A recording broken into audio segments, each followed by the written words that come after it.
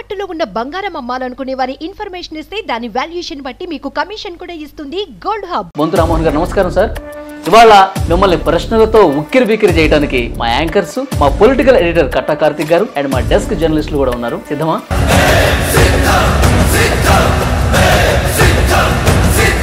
అహంకారం వల్ల కేసీఆర్ గారు ఓడిపోయారు. ఆయన చెప్పిందే వేదం ఉన్నట్టుగా సాగింది కాబట్టి ప్రజలు ఆయన పక్కన పెట్టారు అంటారు. ఇవాళ ఆ మానవ సంబంధాలు కొంత మెరుగ్గా ఉంటే 10 సంవత్సరాల అధికారం ఉంటే 5 సంవత్సరాలు జీహెచ్ఎంసీ మేయర్గా ఉన్నారు. టీఆర్ఎస్ యూత్ వింగ్ ప్రెసిడెంట్ గాను ఉన్నారు. సో ఏం తక్కువ చేసింది మీకు పార్టీ బీఆర్ఎస్? ఏం తక్కువ చేసిందంటే బీఆర్ఎస్ కి ఏం చేసిందని ఇలా ఒకరికి 4 సార్లు 3 సార్లు మనిషికి 4 పదవులు. అసలు ఉద్యమానికి సంబంధం లేని వాళ్ళు మంత్రులయ్యారు కాబట్టి నిజంగా మీలాంటి ఉద్యమ నాయకులకి అవమానం జరిగిందని భావించి పార్టీని వదిలేరా? ఫస్ట్ స్థాయిలో ఎక్స్పీరియన్స్ సంపాదించడానికి వాళ్ళకు సెకండ్ స్థాయి థర్డ్ స్థాయి వాళ్ళకు కూడా.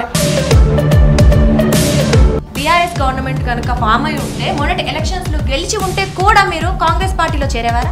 ఇప్పుడు అధికారం పోయినాక కూడా ఇప్పుడు ఉద్యమ నాయకులకు మంచి పేరులకు అట్లాంటి వాళ్ళకు అవకాశం ఇవ్వకుండా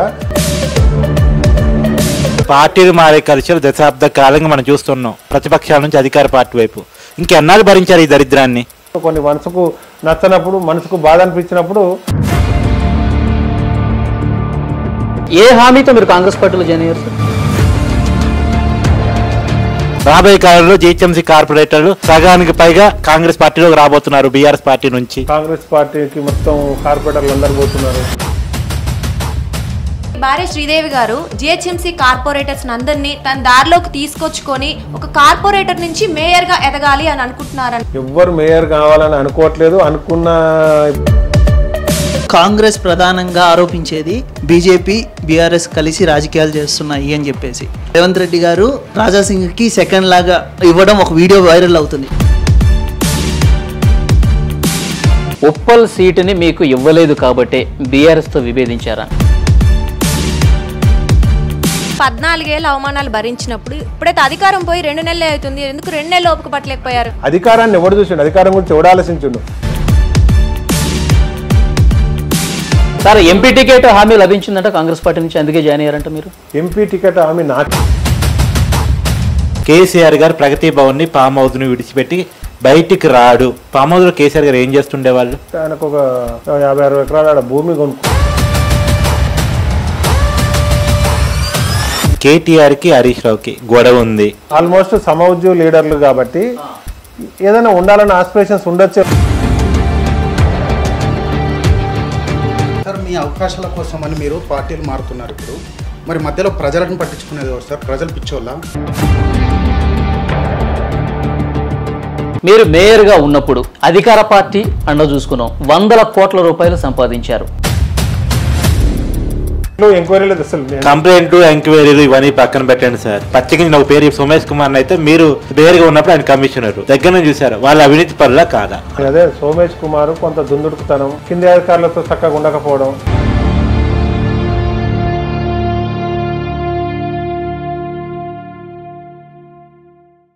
నమస్తే, వెల్కమ్ టు మనం టీవీ. మనం ఉన్నది మన కోసం, నేను వలి. ఈరోజు మనంతో మన లీడర్ ప్రోగ్రాంకి విచ్చేస్తున్నారు మాజీ మేయర్, ఇటీవల కాంగ్రెస్ పార్టీలో జాయిన్ అయిన బొంతు రామోహన్ గారు. ఆయనకి వెల్కమ్ చెప్పేద్దాం. నమస్తే, వెల్కమ్ టు మనంతో మన లీడర్. ప్రస్తుతం ఈ కార్యక్రమంలో మొదటి పార్టిసిపెంట్గా ఉన్నారు మాజీ మేయర్, ఇటీవల కాంగ్రెస్ పార్టీలో జాయిన్ అయిన బొంతు రామోహన్ గారు. మన స్టూడియోలో ఉన్నారు, వారితో మాట్లాడదాం. బొంతు రామోహన్ గారు నమస్కారం సార్.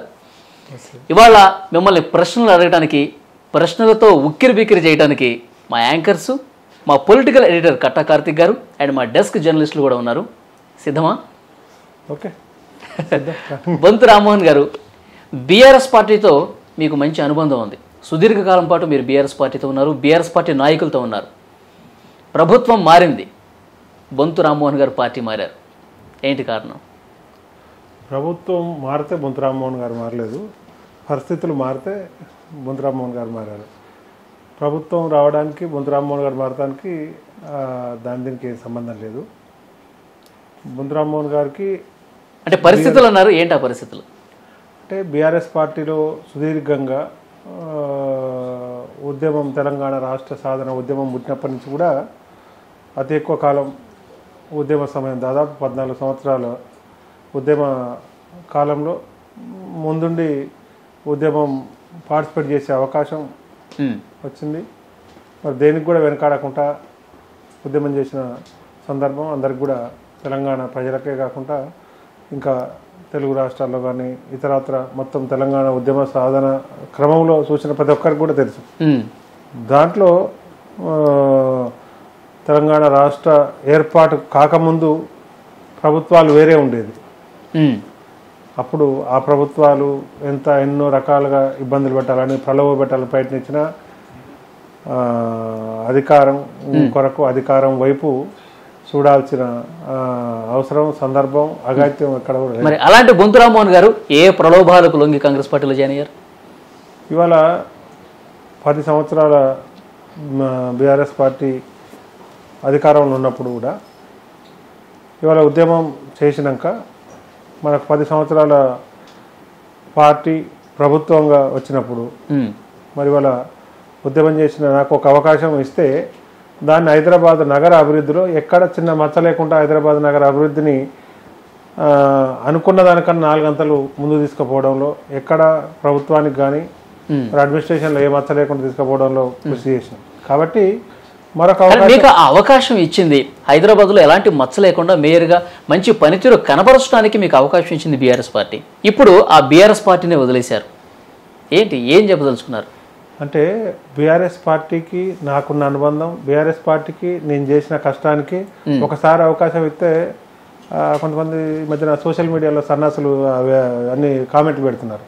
ఈ పార్టీకి ఏం అనుబంధం లేకుండా, పార్టీలో ఒక పైసా పని చేయకుండా అవకాశాలు విరివిగా తీసుకున్న వాళ్ళని ఎవడు ఏం సపోర్ట్ చేస్తలేదు. ఈ పార్టీకి అతి ఎక్కువ అనుబంధం ఉండి అతి ఎక్కువ కష్టపడి ఉద్యమంలో కానీ ప్రభుత్వంలో కానీ పార్టీలో కానీ చేసిన నాకు ఒక అవకాశం ఇస్తే అవకాశమే చాలా పెద్ద అవకాశం, ఇంకో అవకాశానికి అర్హత కానీ సందర్భం కానీ లేనట్టుగా.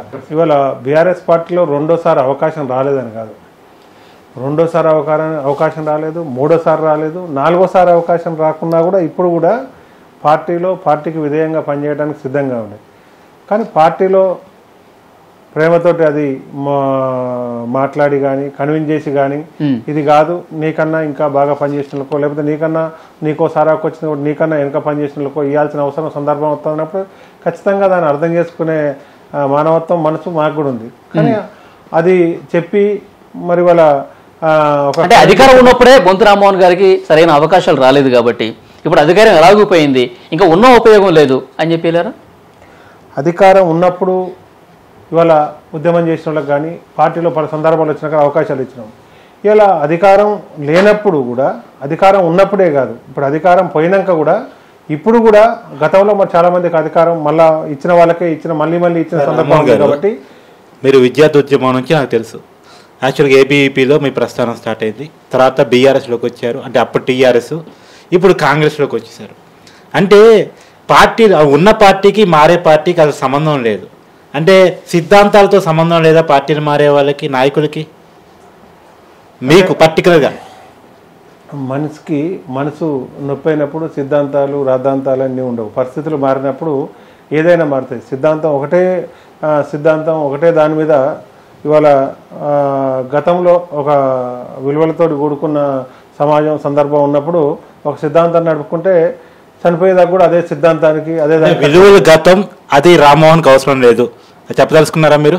నేనేమంటానంటే ఇవాళ మనం దాన్ని ఎంత స్పైసీగా చేసినా విలువలకు కట్టుబడి ఉన్నాం కాబట్టి 24 ఏళ్ళు బీఆర్ఎస్ పార్టీకి కట్టుబడి ఉండి పదవులు వచ్చినా రాకుండా చేసినాం. ఇప్పుడు కూడా పదవుల కొరకు కాదు,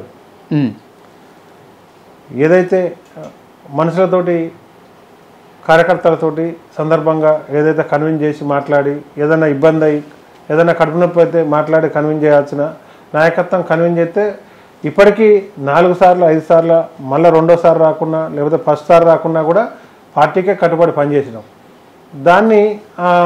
దాన్ని కూడా గుర్తించేంత ఏం గుర్తించలేదు మీకు? గుర్తించలేదు అనే పదానికి ఏం గుర్తించలేదు, కాంగ్రెస్ ఏం గుర్తించింది? అంటే మనం కూడా టీవీలలో మీడియాలో అన్నిట్లో ఉన్నాం కాబట్టి ఒక్కసారి ఒక్క అడుగు వెనకపోతే కనీసం వెనకపోతే ఎవరికి ఇవాళ అవి పార్టీ పదవులే కానీ అధికార పదవులే కానీ బాధ్యతలే కానీ. ఒక్క నిమిషం, నాకు బాగా తెలుసు, మీరు ఎప్పటి నుంచో నాకు క్లోజు. మీరు కేటీఆర్ గారికి బాగా దగ్గర. 10 సంవత్సరాల అధికారం ఉంటే 5 సంవత్సరాలు జిహెచ్ఎంసీ మేయర్గా ఉన్నారు. రెండోది టీఆర్ఎస్ యూత్ వింగ్ ప్రెసిడెంట్గాను ఉన్నారు. సో ఏం తక్కువ చేసింది మీకు పార్టీ బీఆర్ఎస్? అయితే బీఆర్ఎస్ యూత్ వింగ్ ప్రెసిడెంట్గా ఉన్నది బాధ్యత. ఉద్యమంలో బీఆర్ఎస్ యూత్ వింగ్ ప్రెసిడెంట్గా ఉన్నప్పుడు ఇది నువ్వు అడిగే ప్రశ్న కాదు. కొంతమంది మునగాళ్ళు బీఆర్ఎస్ పార్టీ ఉద్యమాలు ఉన్నప్పుడు కనీసం ఇంకా అప్పుడు 10-14 సంవత్సరాలు అయిన వాళ్ళు ఇప్పుడు 20-25 సంవత్సరాలు ఉన్నారు. అంటే ఇది ఒక ఫ్యాషన్ అయిపోయింది అన్నట్టు, సైకిక్ కథ ఉంటుంది. ఫ్యాషన్ అయిపోయి దాన్ని బీఆర్ఎస్ ఏం తక్కువ చేసిందంటే, ఇవాళ బీఆర్ఎస్ విద్యార్థి రాజకీయాలు చేసినా, యువజన రాజకీయాలు చేసినా, యూత్ ప్రెసిడెంట్ చేసినా, ఏది చేసినా అది బాధ్యతగా ఎన్నో కేసులు, ఎన్నో ఉద్యమాలు, ఎన్నో పోలీసులు అనగదొక్కుతుంటే ఇండ్లలో ఉండలేని పరిస్థితుల్లో చేసిన దానికి దాన్ని కూడా ఏజ్ చేసింది. మరి అయ్యాల అన్ని గణం చేసుకుంటూ వచ్చినప్పుడు ఒకసారి అవకాశం ఇచ్చే బీఆర్ఎస్ ఏం తక్కువ చేసిందంటే, బీఆర్ఎస్కి ఏం చేసిరని ఇవాళ ఒకరికి 4 సార్లు 3 సార్లు ఇంటికి 3 మనిషికి 4 పదవులు ఇస్తున్నారు. దాన్ని అడిగే దమ్ము, ధైర్యం, సత్తా, మానవత్వం అంటే ఉద్యమంలో పని చేయని వాళ్ళు, అసలు ఉద్యమానికి సంబంధం లేని వాళ్ళు మంత్రులయ్యారు. కాబట్టి నిజంగా మీలాంటి ఉద్యమ నాయకులకి అవమానం జరిగిందని భావించి పార్టీని వదిలేరా? నేనేమంటానంటే, పార్టీ నడుపుతున్నప్పుడు ఉద్యమానికి సంబంధం లేని వాళ్ళకి కూడా పదవులు ఇవ్వాల్సిన సందర్భం వస్తుంది. అవును, ఇవ్వద్దనట్లే. ఒకసారి పార్టీ ప్రభుత్వ రాజకీయ పార్టీ అయినప్పుడు ఇలా ఉద్యమ నాయకునికి ఒకసారి కాకపోతే 2 సార్లు కాకపోతే ఇంకా బాధ్యతలు ఇవ్వచ్చు, పని ఇవ్వచ్చు, ఇంకేదైనా కష్టకాలంలో ఏదైనా చేయొచ్చు. నేనేమంటానంటే అట్లనే ఉద్యమానికి సంబంధం పదవులు ఇవ్వద్దని అనట్లే, ఇవ్వడం తప్పని నేను తప్పుపడతలేదు. వాళ్ళకు ఒక సందర్భంలో ఇవ్వచ్చు, కాదనట్లే. వాళ్ళ ఎక్స్పీరియన్స్ వాడుకుంటారు పార్టీ కానీ ప్రభుత్వం. మరి అయినప్పుడు ఆ తర్వాత కాలక్రమాన్ని ఇంకా ఉద్యమంలో పనిచేసిన వాళ్ళకి కానీ, మొదటి నుంచి కార్యకర్తలుగా ఉండి లీడర్గా ఎదిగిన వాళ్ళకి కానీ, క్యాడర్గా ఉండి ఇలా 10 స్థాయిలో ఎక్స్పీరియన్స్ సంపాదించిన వాళ్ళకు సెకండ్ సారి, థర్డ్ సారి వాళ్ళకు కూడా ఇవ్వాల్సిన సందర్భం, దాన్ని గుర్తించలేకపోవడం. ఉద్యమానికి సంబంధం ఇవ్వద్దంటే లోపం ఎక్కడ జరిగిందంటారు? సంస్థాగతంగా క్షేత్రస్థాయిలో ఎవరు పనిచేస్తున్నారు, ఎవరు చేయట్లేదు? కేసీఆర్ గారు అన్ని సర్వే రిపోర్ట్లకు అనుగుణంగా అభ్యర్థుల్ని ప్రకటిస్తారు కదా. ఇవాళ సర్వే రిపోర్ట్లు భారతదేశ వ్యాప్తంగా చాలా రాజకీయ పార్టీలు ముంచినాయి. సర్వే రిపోర్ట్ల మీద డిపెండ్ అయిపోతేనే, ప్రతి సర్వే రిపోర్ట్ కరెక్ట్ అనుకొని పోతేనే చాలా రాజకీయ పార్టీలు కానీ చాలా సంస్థలు దెబ్బతినే పరిస్థితికి వచ్చినాయి. కాబట్టి మొత్తం సర్వే రిపోర్ట్లే కాదు, మనుషులను గెలుచుకోవడంలో, మానవ విలువలు ఇలా పట్టించుకోవడంలో, మనుషుల బాధలు గుర్తించడంలో కూడా ఉంటే ఖచ్చితంగా ఒకసారి గెలిస్తే ఒకసారి ఓడిపోతుంది. ప్రభుత్వాలే ఇదే పరిస్థితి ఉంటుంది. గతంలో ఈ సర్వేలను లేవు. 10-20 ఏళ్ల కింద పోతే వెనకపోతే 10 ఏళ్ళు లేవు. మనిషి క్యారెక్టర్, నడవడిక, పార్టీకి ఏం ఉపయోగం, సమాజానికి ఏం ఉపయోగం, ఎవరితో ఎట్లా, ఇవన్నీ చూసి ఇచ్చినప్పుడు కూడా ప్రభుత్వాలు. దుర్గా ప్రశ్న అడుగుతారు. యాక్చువల్గా ఇప్పుడు బీఆర్ఎస్ గవర్నమెంట్ కనుక ఫామ్ అయి ఉంటే, మొన్నటి ఎలక్షన్స్లో గెలిచి ఉంటే కూడా మీరు కాంగ్రెస్ పార్టీలో చేరేవారా? డెఫినెట్ కాంగ్రెస్ పార్టీ కాకపోతే నచ్చితే ఏ పార్టీలోనే జాయిన్ అవుతారు. ఇవాళ పార్టీలో గతంలో కూడా ప్రభుత్వంలో ఉన్నప్పుడు, సెకండ్ సారి ప్రభుత్వం వచ్చినప్పుడు, లేదా ఫస్ట్ సారి స్టార్టింగ్ వచ్చినప్పుడు నాకన్నా జూనియర్స్ లేకపోతే ఏదో ఈక్వేషన్లో, రిజర్వేషన్లో కలిసి వస్తే నాకన్నా ముందే 2 సంవత్సరాలు 3 సంవత్సరాల ముందే వాళ్ళకు పదవులు వచ్చినాయి. మనకు అవకాశం రాలేదు. పార్టీని, నాయకత్వాన్ని అర్థం చేసుకొని మనం ఆగినాం. ఇవాళ కూడా ఒకవేళ పార్టీ అధికారంలోకి వచ్చినా కూడా అక్కడ ఏమైనా అవమానకరమైన పరిస్థితులు ఉండి ఇవాళ మెదలేని పరిస్థితి అధికారంతో బతకలేదు. 14 సంవత్సరాలు అధికారం కాదు, కటిక చీకటి, ఇవాళ కటిక నేల మీద పడుకొని తిండి తినకుండా ఇంట్లో ఉండి బయట ఉండి నేల మీద పడుకొని, లేకపోతే అసలు కంటికి నిద్ర లేకుండా కూడా 14 సంవత్సరాలు ఉద్యమం చేశారు. కాకపోతే కొంతమందికి అవగాహన లేకుండా సన్నాసులు లెక్క మాట్లాడేది ఏంటంటే, ఏదో అధికారం ఉంటేనే అధికారం కొరకు, అధికారం అవతల పార్టీ అనుకున్నప్పుడే, ఇవాళ తెలంగాణ ఉద్యమాన్ని తొక్కాలని చూసినప్పుడే 14 సంవత్సరాలు వాటన్నిటికీ ఇలా ఎదుర్కొని పనిచేసినాం. ఆ 14 సంవత్సరాల పీరియడ్ గురించి కానీ, ఆ 14 సంవత్సరాలు ఏం జరిగింది దాని గురించి కానీ ఏమాత్రం ఇంగిత జ్ఞానం ఉన్నా ఆ క్వశ్చన్ వాళ్ళు వేయరు. అధికారం మారగానే మారలే, అధికారం మారినాక కూడా ఇంకా మారతారేమని చూస్తే మళ్ళా కూడా ఇప్పుడు అధికారం పోయినాక కూడా ఇప్పుడు ఉద్యమ నాయకులకు, మంచి పేరులకు, అట్లాంటి వాళ్ళకు అవకాశం ఇవ్వకుండా మళ్ళీ అదే పందాలో పోతున్నప్పుడు ఇక మారరు. ఇక అదే పంత అంటే కొంచెం ఎక్స్ప్లెయిన్ చేయగలరా? ప్రభుత్వం మారిన తర్వాత కూడా ఇంకా అదే పంత అదే పంద అంటే ఇప్పుడు పార్టీ విలువలను, పార్టీని కాపాడి, పార్టీ కొరకు కష్టపడి, నాయకత్వం కొరకు కష్టపడి, కష్టకాలంలో ఉన్న వారికి ఈ సమయంలో ఇస్తే కింద ఉన్న క్యాడర్ కానీ ఇప్పుడు నిజంగా ఎప్పుడో పనిచేసిన వాళ్ళకు ఓసారి పార్టీ కొన్ని సంవత్సరాల తర్వాత కూడా గుర్తించి ఇలా పదవులు ఇస్తుంది.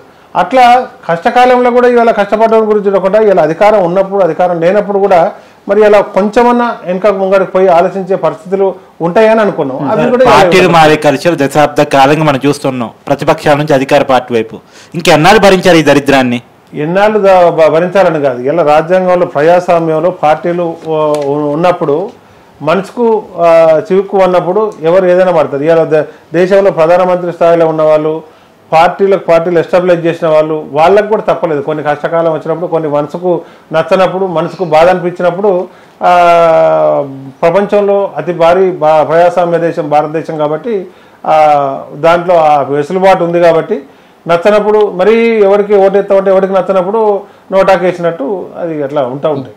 మీకు అసంతృప్తి ఎప్పటి నుంచి మొదలైంది బీఆర్ఎస్ మీద? బీఆర్ఎస్ మీద అసంతృప్తి అని కాదు, అంటే ఒకసారి కాకపోతే ఒకసారి అయినా ఇలా అవకాశం లేనప్పుడు ఎన్నిసార్లు అయినా 3 సార్లు 4 సార్లు కూడా ఇప్పటికి కూడా ఇలా ఏదో మనకు అంటే మీరు ఏమి ఎక్స్పెక్ట్ చేశారు? ఏం జరగలేదు, మీకు ఏం కావాలని కోరుకున్నారు బీఆర్ఎస్లో ఉన్నప్పుడు? మానవత్వం, ఇవాళ మర్యాద, ఆత్మీయ పలకరింపులు, మానవ సంబంధాలు. ఒక మాటలో చెప్పాలంటే మానవ సంబంధాలు ఏంటంటే చెరువు పక్కన అదే చెరువు పక్కన ఉంటే కొంత నీళ్ళు తాగనికి ఉంటాయి, సముద్రం పక్కన తాగనికి రాదు. అయ్యో మీరు కేసీఆర్ గారు పక్కన ఉన్నారు కదా, కేటీఆర్ గారు పక్కన ఉన్నారు కదా అని కొంత పిచ్చిగా మాట్లాడుతుంటారు. పక్కన ఉండగానే ఓకే మాకే ఉండదు, చాలా పక్క వల్ల మేము కల్పించే ప్రయత్నం చేస్తుంటాం. వాడు మళ్ళీ రెండోసారి వచ్చినప్పుడు వానికి ఆన్సర్ చెప్పాల్సిన పరిస్థితిలో మేము ఇటు పక్క నుంచి ఆన్సర్ రాకపోతే అటు పక్క నుంచి చెప్పాల్సిన పరిస్థితి రాదు. ఆ మాత్రం ఇంగితంగానే లేకుండా వాళ్ళ కామెంట్లు కొంతమంది చాలా వీడియోస్ నేను కూడా చూశాను. బొంతురామ్మోహన్ గారు, మీరు బీఆర్ఎస్ భవన్ లో కేటీఆర్ గారిని లేకపోతే హరీష్ రావు గారు ఎంత ఆత్మీయంగా ఉండేవాళ్ళు, భుజాన్ని వేసుకుని మీరు అక్కడ వాళ్ళకి శుభాకాంక్షలు తెలిపిన సందర్భాలు ఉన్నాయి విజయోత్సవాల సందర్భంగా. అంత ర్యాప్ ఉన్నటువంటి బొంతురామ్మోహన్ గారు ఈ డెసిషన్ చాలా మంది జీర్ణించుకోలేకపోతున్నారు.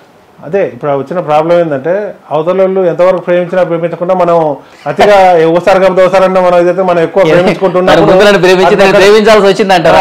బ్రహ్మానంద డైలాగ్ చెప్పినట్టు ఇవాళ ఆ రకంగా మనకంటే వాళ్ళకి బిజీ ఉండు పలు అంశాలు వాటి మీద ఉండరని మనం ఎక్కడ కూడా ప్రేమ తగ్గియలే, ఎక్కడ కూడా మనం పని తగ్గియలే, ఎక్కడ కూడా ఒళ్ళు దాచుకొని పని చేయలే, ఎక్కడ కూడా వెనకాడలేదు.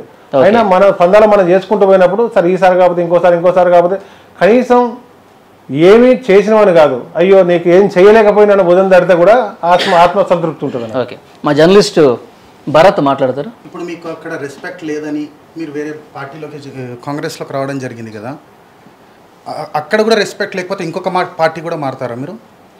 నేనేమంటానంటే ఇది ప్రజాస్వామ్య దేశం, దీంట్లో అతి ఎక్కువ ప్రజాస్వామ్యం ఉన్నది. ఇవాళ అతిపెద్ద పార్టీ కాంగ్రెస్ పార్టీ. ఇవాళ కొంత ప్రాంతీయ పార్టీల వాతావరణం వేరే రకంగా ఉంటుంది, జాతీయ పార్టీల వాతావరణం వేరే రకంగా ఉంటుంది. దాంట్లో ఫ్రీక్వెంట్గా పార్టీలు మారాల్సిన సందర్భం అవసరం వచ్చిందని అనుకో, ఆ సందర్భమే ఉత్పన్నమైందని మనం ఎక్స్పెక్ట్ చేయాల్సిన అవసరం లేదు. ఎందుకంటే కొంత జాతీయ పార్టీలో విధానం అంతా వేరే రకంగా ఉంటుంది, ఇవాళ ప్రాంతీయ పార్టీల విధానం వేరే రకంగా ఉంటుంది. ఇంకోటి ఏంటంటే పౌతు రాజకీయ పార్టీలనే ఉండి దీంట్లో మర్యాద లేకపోతే దాంట్లో మర్యాద దాంట్లోకి పోవాల్సిన సందర్భం మళ్ళీ ఉత్పన్నమైందని అనుకోండి. ఏ హామీతో మీరు కాంగ్రెస్ పార్టీలో జాయిన్ అయ్యారు సార్? ఏం హామీలు నేను అడిగి ఆ కాంగ్రెస్ పార్టీలో జాయిన్ కాలేదు. నేను నా వర్క్ స్టైలు, కష్టపడే తత్వం ఇటు పార్టీలో కానీ అటు ప్రభుత్వంలో కానీ, ఇలా మేయర్గా ఉన్నప్పుడు హైదరాబాద్ నగర అభివృద్ధిలో కానీ మనం పని చేసినామా, ఇంట్లో ఇలా దుప్పటేసుకొని పడుకున్నామా? గతంలో కూడా సార్ కాంగ్రెస్ పార్టీ నుంచి బీఆర్ఎస్ లోకి చేరికలు జరిగినప్పుడు కాంగ్రెస్ పార్టీ నాయకులు విమర్శించింది ఎంతకు అమ్ముడు పోయావని. ఇప్పుడు బొంతు రామ్మోహన్ ఎంతకు అమ్ముడు పోయావు అని ప్రశ్నించే వాళ్ళకి ఏంటి సమాధానం? ఎంతకు అమ్ముడు పోవాల్సిన సందర్భం లేదు. అమ్ముడు పోవాల్సి ఉంటే కొనడానికి తెలంగాణ ఉద్యమంలో చాలాసార్లు సిద్ధంగా ఉండే.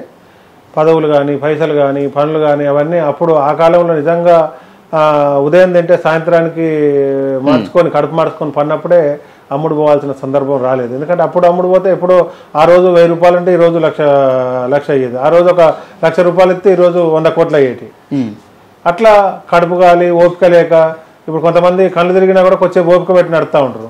అట్లా నడుచుకుంటూ ఉంటేనే వాళ్ళు తెలంగాణ రాష్ట్రం, మాలాంటి వాళ్ళు కడుపు మార్చుకొని ఉంటేనే తెలంగాణ రాష్ట్రం. ఆ రోజు ఓపిక లేకనో కుటుంబ ఇబ్బందులు లేకపోతే ఒత్తిళ్లకో లేకపోతే ఇంకా ఎన్కౌంటర్లు చేస్తాంటనో ఆ రోజు ఇబ్బందులకు ఇంకో రకంగా పోయిన వాళ్ళందరూ కూడా ఇంకో రకంగా సెటిల్ అయ్యారు. కొంతమంది ఇబ్బంది పడ్డారు, కొంతమంది సక్సెస్ అయ్యారు. అట్లా ఆ సందర్భంలో అప్పుడే భయపడని బొంతురామ్మని అప్పుడే అమ్ముడు పోని బొంతురామ్మని ఇప్పుడు అమ్ముడు పోవాల్సిన అవసరం అఘాయిత్యం ఎక్కడ లేదు. అది నిజంగా బొంతురామ్మోహన్ దగ్గర నుంచి చూసిన వాళ్ళకి తెలుసు. లేదు రాజకీయంగా ఏదో ఫ్యాషన్కి విమర్శించాలనుకున్నడికి విమర్శించవచ్చు. ఇప్పుడు కేటీఆర్ గారు కానీ కేసీఆర్ గారు కానీ మళ్ళీ పిలిస్తే వెళ్తారా సార్ మీరు? నేనేమంటానంటే పిలిచే అవకాశం సందర్భం అవన్నీ కూడా అనుకున్నప్పుడు పిలిచేది. ఇప్పుడు అవన్నీ కూడా అయిపోయి ఒక పార్టీలో జాయిన్ అయినాక ఇప్పుడు పిలవడం పోవడం అనేది అవన్నీ ఉత్పన్నం కాని సమస్య. సార్, ఇప్పుడు మీతో పాటు మేయర్ విజయలక్ష్మి గారు కూడా కాంగ్రెస్ పార్టీలో చేరబోతున్నారు అని వార్తలు వచ్చాయి. కానీ మీరు మాత్రమే చేరారు, ఆవిడ చేరలేదు. మిమ్మల్ని ఆపనిది ఎవరు, ఆవిడని ఆపింది ఎవరు? అంటే ఇప్పుడు ఆమె పదవిలో ఉంది, మరి ఆమెను ఏమన్నా ఆపే ప్రయత్నం చేసినా నాకు కూడా తెలియదు. నేను కూడా మీ లెక్కనే టీవీలో చూసినా, ఆ తర్వాత కూడా ఏదో సందర్భంగా మాట్లాడితే కూడా ఏదో కలవడానికి పోయినా అభివృద్ధి కార్యక్రమాలకు అని చెప్పి విజయలక్ష్మి గారితో పడదు, మీ బ్యానర్ చింపేసిన నాటి నుంచి మీకు తెలుసు. ఇప్పుడు ఆ మేయర్ పదవిని మీ భార్య గారు శ్రీదేవి గారికి ఇవ్వబోతున్నారు. రాబోయే కాలంలో జిహెచ్ఎంసీ కార్పొరేటర్లు సగానికి పైగా కాంగ్రెస్ పార్టీలోకి రాబోతున్నారు బీఆర్ఎస్ పార్టీ నుంచి. నిజం కాదా? ఇది పచ్చి అబద్ధం నువ్వు ఇప్పుడు కల్పిస్తున్నా, అదొక అద్భుత కల్పన. ఎందుకంటే చాలామందికి కూడా తెలియని టెక్నికల్ ఏంటంటే కాంగ్రెస్ పార్టీకి మొత్తం కార్పొరేటర్లు అందరు పోతున్నారు, మేయర్ చేంజ్ అయింది కావచ్చు, వీళ్ళందరినీ కొనుక్కుంటారు కావచ్చు, వలసలు పోతున్నారు అని చెప్పి చాలా వాటిలో కూడా వస్తున్నాయి. మీరు అడిగేది కూడా తప్పుపట్టడానికి లేదు. కానీ ఆల్రెడీ చాలా మున్సిపల్ చైర్మన్లు ఆల్రెడీ అయిపోయినాయి, చాలా మున్సిపాలిటీలు అవిశ్వాసం జరిగిపోయింది, కాంగ్రెస్ పార్టీ చేతుల్లోకి మేయర్లు వచ్చేసాయి. కార్తీక్, నేను ఏమంటానంటే స్టేట్ మున్సిపల్ యాక్ట్ వేరు, జిహెచ్ఎంసీ మున్సిపల్ యాక్ట్ వేరు. ఇవన్నీ కొంత డెప్త్గా పోక స్టేట్ మున్సిపల్ యాక్ట్ 3 సంవత్సరాల తర్వాత అవిశ్వాసం పెట్టనీకి ఉంటుంది.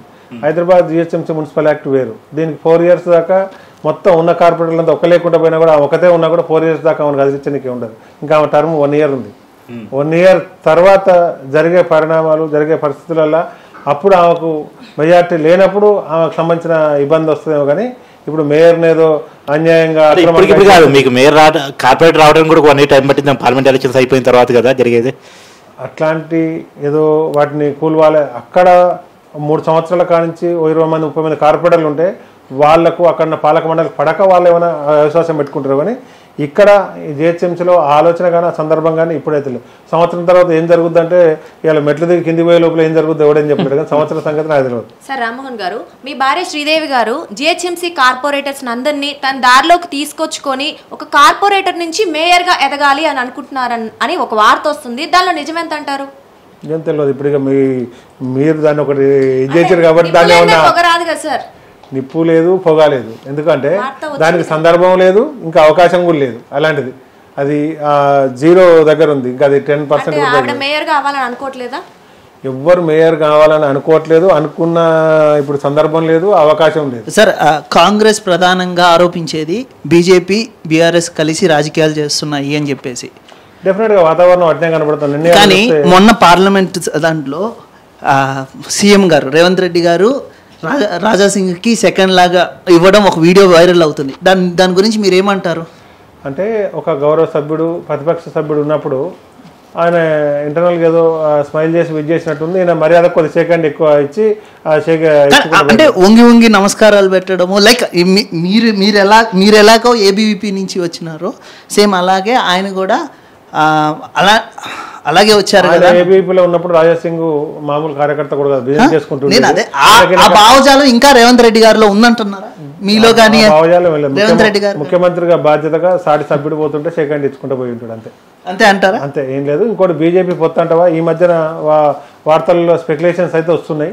బీఆర్ఎస్ బీజేపీ, ఎందుకంటే మిగతా రాష్ట్రాల్లో కూడా జనరల్గా ఎన్డీఏకు ప్రాంతీయ పార్టీలు ఏదైతే ఉన్నాయో అవి భాగస్వామ్య పక్షాలు బాగా తక్కువగా ఉన్నాయి. కానీ ఈ మధ్యన చూస్తే విరివిగా ఏదో ఒక రూపంలో కలుపుకునే ప్రయత్నం చేస్తారు. అదిరిచ్చో బెదిరిచ్చో ప్రేమ ఇచ్చేసో, లేకపోతే ఏదో ఒక సాన్నిహిత్యం పెంచుకోను, ఇంకో రకాల అవార్డులు ఇచ్చో రివార్డులు ఇచ్చో ఏదో రకంగా కొన్ని కలుపుకొని పోతారు. దాంట్లో ఈ మధ్యన లాంగ్ స్టాండింగ్ ఉన్న ఇక్కడ తెలుగుదేశం పార్టీ కానీ ఇంకా ఇట్లాంటివన్నీ కూడా చేస్తారు. కాబట్టి ఇక్కడ కూడా సాధ్యమైద్దేమో అని కొన్ని వార్తలలో వస్తున్నాయి. ఇంకొంతమంది బీజేపీ నాయకులు లేదు వాళ్ళతో మాకేం అవసరం, వాళ్ళు మా ద్రోహం చేసారు, వాళ్ళతోటి ఇది లేదు. కాంగ్రెస్ పార్టీకి అనుమానం ఏముందా అలాంటిది? అనుమానం అంటే ఆధారాలు అయితే లేవు, కాకపోతే సందర్భాన్ని చూస్తే అట్లా కనపడుతుంది వాతావరణం. ఇప్పుడు కేసీఆర్ గారు కూడా మొన్న చలో నల్గొండ సభలో మాట్లాడారుగా, డబుల్ స్పీడ్తో వస్తామని. దాన్ని ఎలా అర్థం చేసుకోవాలి? ఆయనకున్న రాజకీయం ఆయన ఏమో అనుకుంటున్నా అనేది మనకు తెలియదు. కాకపోతే డబుల్ స్పీడ్ అంటే మరి ఏమన్నా మళ్ళీ ఇప్పుడైతే ఎలక్షన్స్ వచ్చేటి లేవు. 2 సంవత్సరాల్లోనే కాంగ్రెస్ ప్రభుత్వం కూలిపోతుంది. బీఆర్ఎస్ మళ్ళీ కాంగ్రెస్ ప్రభుత్వం ఏర్పడిన తర్వాత సార్ కడియం శ్రీహరి గారు కావచ్చు, తర్వాత పల్లా రాజేశ్వర రెడ్డి గారు కావచ్చు, కేటీఆర్ కావచ్చు, మళ్ళీ మన నాయకుడు కేసీఆర్ గారు ముఖ్యమంత్రి అవ్వబోతున్నారు, 2 నెలల్లో మన ప్రభుత్వం ఏర్పడుతుందని చెప్పి చాలా స్పష్టంగా చెప్పారు. అంటే క్యాడర్ కొంత కాన్ఫిడెన్స్ ఇవ్వడానికి చెప్పుండొచ్చు. మరి అవకాశాలు అయితే ఇక్కడ సందర్భం కనబడతలేదు నాకైతే. మిడిల్ క్లాస్ ఫ్యామిలీలో పుట్టిన మీరు ఇప్పుడు రిచ్ క్లాస్గా అయినారు, ఎలా సాధ్యం అంటారు? నేను మిడిల్ క్లాస్ ఉన్నాను ఇప్పుడు కూడా. నేను మిడిల్ ఇప్పుడు కూడా? క్లాస్ నేను రిచ్ క్లాస్ అయితే ఏం లేదు. రిచ్ క్లాస్ అంటే దాదాపు పొద్దుగా లేస్తే ఒక 10 మంది అది ఒక 10 కార్లు వేసుకొని లేకపోతే గంటకో డ్రెస్ మార్చి గంటకో ఇది. రిచ్ క్లాస్ అనేది అది ఎక్కడ లేదు. నేను ఇప్పటికీ మిడిల్ క్లాసే ఉన్నా, కాకపోతే కొంచెం ఒక 10,000 ఇళ్ళతో కిరాయితోటి ఇంకో 20,000 ఇళ్ళ కిరాయికి వచ్చిన. ఒక్కసారి మీ గుండెల మీద చెయ్యి వేసుకొని ఎలాంటి ఆఫర్ లేకుండానే కాంగ్రెస్ పార్టీలో చేరారా మీరు? ఎలాంటి ఆఫర్ ఇవ్వలేదు. ఇప్పుడు పోయి మీరు కాంగ్రెస్ నాయకులు కానీ సీఎం గారు రేవంత్ రెడ్డి గారిని అడిగినా కూడా మేము ఎలాంటి ఆఫర్ ఇవ్వ, మీరు వచ్చి పని చేసుకుంటూ పోతే మీకున్న క్వాలిటీస్ని బట్టి ఏ పదవి ఇస్తే సూట్ అవుతుందో అది మేము ఇస్తాం. కానీ ఇప్పుడు మీకు మొదలే మీకు ఈ పదవి ఇస్తాం, ఇది చేస్తాం, ఈ కమిట్మెంట్ అనేది కాంగ్రెస్ పార్టీలో ఆల్రెడీ ముందు నుంచి ఉన్న పనిచేసిన వాళ్ళు ఉన్నారు కాబట్టి వాళ్ళను మిమ్మల్ని బేరేజ్ వేసుకొని ఎవరిని ఇస్తే దీనికి న్యాయం చేయగలుగుతాం. దాని ప్రకారం మాత్రమే బాధ్యతలు. ఉప్పల్ సీటుని మీకు ఇవ్వలేదు కాబట్టి బీఆర్ఎస్ తో విభేదించారా? ఉప్పల్ సీటు ఇవ్వకుండా ఉన్నాక ఆల్మోస్ట్ 2 నెలల ఎలక్షన్ ప్రస్థానంలో కేసీఆర్ గారు వెంటే ఉండి ఆల్మోస్ట్ 100 బహిరంగ సభలు కోఆర్డినేట్ చేసి దాని తర్వాత కూడా పార్టీ ప్రభుత్వం పోయినాక కూడా బీఆర్ఎస్ పార్టీతో ఉన్నాం. మరి ఈ మధ్యన జరుగుతున్న పరిణామాలు చూసినప్పుడు ఇంకా మరిగా మార్పు అది వస్తుందని కనబడతలేదు. ఉప్పల్ సీటు కోసం మీరు చాలా ప్రయత్నం చేశారు కదా సార్? చాలా ప్రయత్నం చేసినాం. మరి ఎందుకు మిమ్మల్ని పరిగణలోకి తీసుకోలేదు? పరిగణలోకి తీసుకుంటాం, పని చేసుకోమంటేనే చేసుకున్నాం. సడన్గా వచ్చిన పరిస్థితులు మారినాయి, ఏదో ఈక్వేషన్లు ఇచ్చినాం, మీకు తప్పకుండా న్యాయం చేస్తాం అని చెప్పారు. ఓకే సరే, ఇప్పుడు న్యాయం చేస్తాం, మీ బాధ్యత మీ సేవలు అక్కడ వినియోగించుకుంటాం అది అని చెప్పి ఇదైంది. కానీ తర్వాత చూస్తే ఆ పరిణామాలు ఏం కనపడలేదు. అయినా పార్టీకి మనం కొంత కట్టుబడి ఉండాలను. సరే, అయినా మారిన పరిస్థితులలో ప్రజలు కూడా సాటిస్ఫై కాక ఇవన్నిటికీ వాళ్ళు కూడా ప్రభుత్వ మార్పుకు మరి ఈ రకంగా శ్రీకారం చుట్టింది.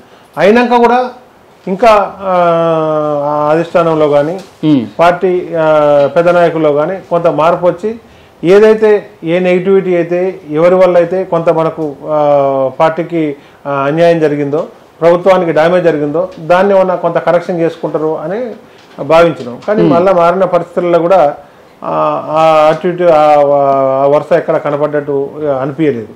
సార్, ఈ మధ్య కాలంలో 2 నేషనల్ సర్వీస్ వచ్చినాయి. ఒకటి ఇండియా టుడే, రెండోది టైమ్స్ నౌ. 2 సర్వేల్లో కూడా బీఆర్ఎస్కి ఒకటిసారి 2 ఇచ్చారు, ఇంకొకటి 3 ఇచ్చారు. కానీ మొత్తానికైతే బీఆర్ఎస్ 3rd ప్లేస్కి తెలంగాణలో పడిపోబోతుంది అనేది నిజమేనా? అది ఆ పార్టీలో నిన్నదాకా ఉండొచ్చారు కాబట్టి అడుగుతున్నారు. అంటే బీఆర్ఎస్ పార్టీ మీద కేసీఆర్ గారి మీద కొంత ప్రజలకు సానుభూతి ఉంది, అభిమానం ఉంది. కానీ వాళ్ళకున్న క్యాడర్కున్న కష్టాలు చెప్పుకుందాం అనుకున్నప్పుడు ఇప్పుడు ఫలాని కార్తిక్ వల్ల మాకు ఇబ్బంది వచ్చింది అని చెప్పి చెప్పుకుంటానికి వచ్చినప్పుడు ఆ 10 మంది వస్తే ఆ 10 మంది ప్రాబ్లం ఏందో కనుక్కొని ఇచ్చేస్తే అయిపోయేది. కానీ నేను చెప్తా మీరు కార్తిక్నే కలవమని చెప్పడం జరిగింది. ఇక దాంతో మనం కలిసినా కార్తిక్నే కలవమంటారు కాబట్టి ఇక లాభం లేదని ఇంటికి పోయి మళ్ళీ కార్తిక్ రేపు ఎలక్షన్లో పోయినప్పుడు కార్తిక్ సపోర్ట్ చేయలేదు. బీఆర్ఎస్ ఓటమి తర్వాత జరిగిన కొన్ని విశ్లేషణలు మీకు చెప్తున్నాను. కేసీఆర్ గారు ముఖ్యమంత్రిగా ఉన్నప్పుడు ఆయన పనితీరు కావచ్చు, ఆయన ప్రవేశపెట్టిన పథకాలు కావచ్చు, తెలంగాణ అభివృద్ధి కోసం ఆయన చేసిన కృషి కావచ్చు అభినందనీయం. కానీ అహంకారం వల్ల కేసీఆర్ గారు ఓడిపోయారు. ఎవరిని దగ్గరికి తీసే పరిస్థితి లేదు. ఆయన చెప్పిందే వేదం అన్నట్టుగా సాగింది కాబట్టి ప్రజలు ఆయన పక్కన పెట్టారు అంటారు. అంటే ఒకటే ఏంటంటే మానవ సంబంధాలు అనేవి దేంట్లో అయినా అంటే కార్పొరేట్ రంగంలో కానీ ఇటు పక్క పొలిటికల్లో కానీ ఇంట్లో కానీ ఎక్కడ కానీ పనులు పదవులు ఒకసారి వస్తాయి ఒకసారి రావు. దాన్ని రాకుండా ఒక పని ఏదో ఒక సమస్య చెప్తానికి వచ్చినప్పుడు ఆ సమస్య తీరొచ్చు తీరకపోవచ్చు. కానీ దాని కనీసం ఏదో ఒక రకమైన పరిష్కారం ఇవాళ కాదు, ఇవాళ చేయలేకపోయినా రేపు చేస్తాం, ఇట్లా కాకపోతే ఇట్లా చేస్తాం అనే ఒక సాటిస్ఫాక్టరీ అనేది ఒక దురహంకారం వల్లే ఓడిపోయారు. ఇవాళ ఆ మానవ సంబంధాలు కొంత మెరుగ్గా ఉంటే బాగా ఉంటే ఇంకా కొంత అందుబాటులో ఉంటే ఈ పరిస్థితులు ఉత్పన్నం కాకుండా ఉండేవి. ఇప్పుడు గద్దర్ గారిని తీవ్రంగా అవమానించారంట సార్, బయట కూర్చోబెట్టి. నిజమేనది?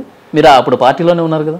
అంటే అది పార్టీలో క్యాడర్ అందరికి కూడా ఐడియా లేదు. ఆ తర్వాత టీవీలో చూసినప్పుడు ఐడియా రాకపోవడం వేరు, మీకు ఐడియా రాకపోవడం వేరు. మీకు ఐడియా అంటే అది ఆ సంఘటన జరిగినాక ఒక 10-15 డేస్ తర్వాత నిజాలు చెప్పండి. నిజంగా గద్దర్ గారు ప్రగతి భవన్ ముందు వెయిట్ చేసింది నిజం మీకు తెలుసు? ప్రగతి భవన్ ముందు వెయిట్ చేసింది నిజం. ఆడ వీడియో ఉంది, దాన్ని కాదన్నట్టురా. కాకపోతే నేను ఆ టైంలో అక్కడ ఉన్నా లేదా గుర్తులేదు. కానీ నేను లేను ఆ ప్రత్యక్ష సంఘటనలో, నేను లేను. తర్వాత ఆ టీవీలో దేంట్లో చూసినప్పుడు నేను దాని గురించి అబ్జర్వ్ చేయడం జరిగింది. సార్ మీరు బీఆర్ఎస్లో చాలా అవమానాలు ఎదుర్కొన్నాను అనేది ఒక కామెంట్ చేశారు. ఏంటి అవమానాలు మేము తెలుసుకోవచ్చా? పార్టీ ఆర్గనైజేషన్లో మనకు ఉద్యమం నడుస్తున్న క్రమంలో ఇవాళ సమైక్య ప్రభుత్వాలు కానీ పోలీసు వారు కానీ ఈ రకంగా కేసులు, వాళ్ళు ఇంటికి పోలేని పరిస్థితి, ఇంటికాడ పడుకోలేని పరిస్థితి, ఇంటికి పోతే బెయిల్ తీసుకొని పోలీస్ స్టేషన్ నుంచి వచ్చే లోపల ఇంకో కేసు, జైలు నుంచి విడుదలయ్యే లోపల ఇంకో 4 కేసులు, జైలు నుంచి విడుదలైతే కూడా ఏమంటే పోలీసు వాళ్ళు అరెస్ట్ చేస్తారని కొంతమంది జమ చేసుకొని వాళ్ళ మధ్యన కార్లు ఎక్కి పారిపోవాల్సి వచ్చి, లేకపోతే ఈ లోపల ఇంకో కేసు వేసి మళ్ళీ ఏమంటే జైలు వేయాలని చూసేది. అవమానాలు కాదు కదా సార్, ఉద్యమం అంటే అలాగే ఉంటుంది కదా. అవి అట్లా దీంతో పాటు తిరుగుతున్నప్పుడు ఇలా ఉద్యమంలో తిరుగుతున్నప్పుడు పక్కింటి వాళ్ళు కానీ, లేకపోతే పక్క కాలనీ కానీ, లేకపోతే పక్క పార్టీ వాళ్ళు కానీ ఇట్లా ఎంత చిన్న చూపు చూసుకుంటా, మీరు ఇట్లా ఎగతాళి చేసుకుంటా, ఇట్లా నవ్వుకుంటా, ఇంకొంతమంది మీకు ఏమొచ్చిందని ఏం పోయిందని ఇట్లా ఈ అవమానాలన్నీ కూడా ఈ రకంగా మనం భరించే సందర్భం. అంటే అదే నేను అనేది ఏంటంటే ఆ 14 సంవత్సరాలని కొంచెం వెనక్కిపోతే మొదటి నుంచి చూసినట్టు కార్తీక్ అన్నాడు కదా, ఇట్లా ఇంకొద్ది 14 సంవత్సరాలు 2014 నుంచి వెనకపోతే అవమానాలు ఏంటి, బాధలు ఏంటి, అణిచివేతలు ఏంటి, ఇబ్బందులు ఏంటి, అసలు ఒకసారి ఉంటామా, పొద్దునింటికి పోతే సాయంత్రం వరకు వస్తామా, మధ్యన ఎక్కడన్నా ఎవరన్నా ఎన్కౌంటర్ చేసి అట్నుంచి అటే ఎత్తుకపోయి ఇదవుతుంది. అంటే జనరల్గా ఏంటంటే ఈ తీవ్రవాద సంస్థలు లేకపోతే నక్సలైట్ సంస్థలు ఇట్లా ఉన్నప్పుడు ప్రభుత్వానికి వ్యతిరేకంగా ఏదో సమస్యల మీద కొట్లాడుతున్నప్పుడు వాళ్ళకి అన్గ్యారెంటీ ఉంటుంది. ఇక్కడ తెలంగాణ ఉద్యమం జరుగుతున్నప్పుడు కూడా ఆ రకమైన బాధలు, అవమానాలు, ఇబ్బందులు అవన్నీ కూడా భరించుకుంటూ నడిచి చూసింది ఈ 14 తర్వాత వచ్చిన జనరేషన్కి అది తెలియదు కాబట్టి అరే నువ్వు మేయర్ ఇచ్చారు కదా, మేయర్ ఇచ్చిన కాంచి పైకి తెలుసు కానీ కింది తెలియదు. అంటే సార్ మీరు 14 ఏళ్ళ అవమానాలు భరించినప్పుడు ఎప్పుడైతే అధికారం పోయి 2 నెలలే అవుతుంది, ఎందుకు 2 నెలలు ఓపిక పట్టలేకపోయారు? అధికారం అనేది దాని గురించి ఆలోచించలేదు. అధికారం పోయిందా పోలేదా దాని గురించి లేదు. అధికారం పోయినాక ఇంకా అధికారం కాదు అసలు రాష్ట్రమే రానప్పుడు భరించినప్పుడు ఈ అధికారాన్ని ఎవరు లెక్క చేసిండు? మరి అందరి డౌట్ అదే సార్. 14 ఏళ్ళు డౌట్ అంటే నేను డౌట్ అందరిది కాదు, కొంతమంది ఇట్లా లేవనెత్తిన సోషల్ మీడియాలో కొంతమంది పెట్టిన కామెంట్లు, వచ్చిన స్పెక్యులేషన్స్, వీటిని చూసి అధికారం పోయినాక అంటే అధికారాన్ని ఎవడు చూసిండు, అధికారం గురించి ఎవడు ఆలోచించిండు? రాష్ట్రం గురించి ఆలోచించి అధికారం గురించి పట్టించుకోకుండా అసలు రాష్ట్రం వస్తుందా రాదా, మనం చక్కగా ముందరదాకా పోతామా లేదా, మధ్యనే ఎక్కడనే ఏమైనా చచ్చిపోతామా తెలియనప్పుడే అధికారం అవతల పక్క ఉండి అన్ని రకాలుగా ఆదుకుంటాం చూసుకుంటామని ప్రలోభ పెట్టి బెదిరించి అదిరించి చేసినప్పుడే అధికారం గురించి ఆలోచించలేదు. ఇవాళ 10 సంవత్సరాలు అధికారం అనుభవించిన ఒక సంవత్సరం 2 సంవత్సరాలు వేడి చేయలేక కాదు, ఏదో పోంగన అవతల పక్క అందాలు ఎక్కిస్తారని కాదు. ఇవాళ అధికారం లేనప్పుడు కూడా ఇవాళ పార్టీ ప్రభుత్వం అధికారం ఉన్నప్పుడు సరే మనకు అవకాశం రాకుండా ఇంకోసారి వస్తే రేపు వస్తుంది ఎల్లుండి వస్తుందని చెప్పి వెయిట్ చేసినాం. ఇవాళ అధికారం పోయినాక కూడా పార్టీ పదవులు లేకపోతే ఇంకోటో బాధ్యత ఏదో తీసుకొని వాళ్ళు అక్కడ పని నడుతుందంటే వాళ్ళ బాధ్యత. ఎంపీ టికెట్ హామీ లభించిందంట కాంగ్రెస్ పార్టీ నుంచి, అందుకే జాయిన్ అయ్యారంట మీరు? ఎంపీ టికెట్ హామీ నాకే కాదు, నాకన్నా ముందు చేయని వాళ్ళకి కానీ నా తర్వాత చేయని వాళ్ళకి కానీ ఇంకేదైనా కానీ ఎవ్వరికి కూడా మేము ఏ హామీలు ఇవ్వం. బేషరతుగా జైన్ కాండి, సందర్భం అవసరం అక్కడ ఉత్పన్నమైతే మీ సేవలు అక్కడ ఉండేదైతే దానికి తగ్గ జాయిన్ అయిన ప్రతి వాళ్ళు కూడా అన్కండిషనల్ గా మేము జాయిన్ అవుతామని చెప్తున్నారు. అంటే లేదు, ఇప్పుడు రేవంత్ రెడ్డి గారు ముఖ్యమంత్రి అయినాక ఆయన ఓపెన్ గా ముఖం మీద చెప్పేస్తుండు, నేను ఇక్కడ ఆల్రెడీ రాజకీయంగా కాంగ్రెస్ పార్టీలో మొదటి నుంచి 10 ఏళ్ల కాంచి అధికారం లేకుండా కష్టపడి 10 ఏళ్ళు పార్టీని మోసిన వాళ్ళు చాలా మంది ఉన్నారు.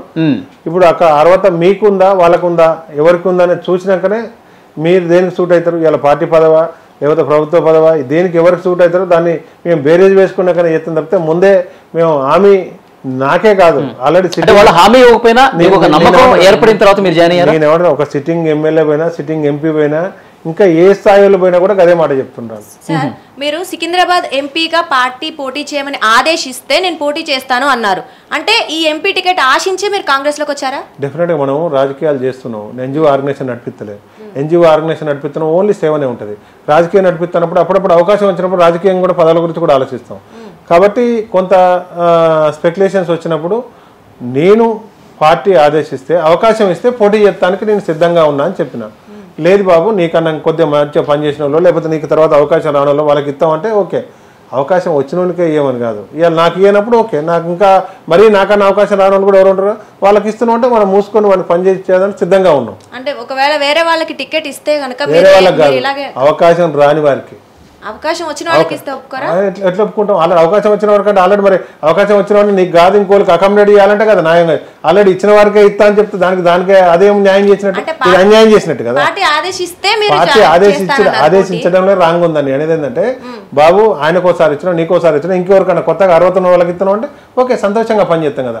ఇచ్చిన వాళ్ళకే ఇస్తాం, ఉన్న వాళ్ళకి ఇంకోటి ఇస్తాం అంటే కొత్త వాళ్ళు గెలుస్తారని నమ్మకం నేను లేకపోతే కొత్త వాళ్ళకి అదే అంటున్నాను. నేను ఏమంటానంటే, ఇవాళ కొత్తగా జర్నలిజంకి వచ్చిన నీకైనా, ఒక ఇంటర్మీడియట్ డిగ్రీ అయిపోయిన ఒక స్టూడెంట్కైనా, సమాజ కోణం తెలిసిన ఒక చదువు రానోళ్ళకైనా, అన్ఎడ్యుకేటెడ్కైనా ఎవరి మీద కొంచెం ఉంది అని అంటే తెలిసిపోద్ది. దాంతోపాటు కొన్నిసార్లు పార్టీని నిలబెట్టుకోవడానికి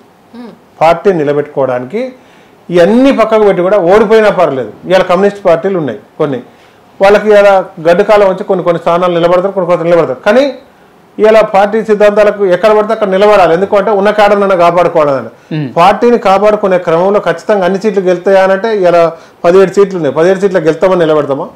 ఇలా హైదరాబాద్ సీట్ ఉంది. ఇవన్నీ పక్కన పెట్టండి సార్, మీరు పార్టీ మార్పు ఇవన్నీ ఇంకా పొద్దాకి ఇదే అవుతుంది. కానీ ఇవన్నీ పక్కన పెట్టి ప్రగతి భవన్ గురించి చాలా మందికి తెలియని కొన్ని రహస్యాలు కావాలి.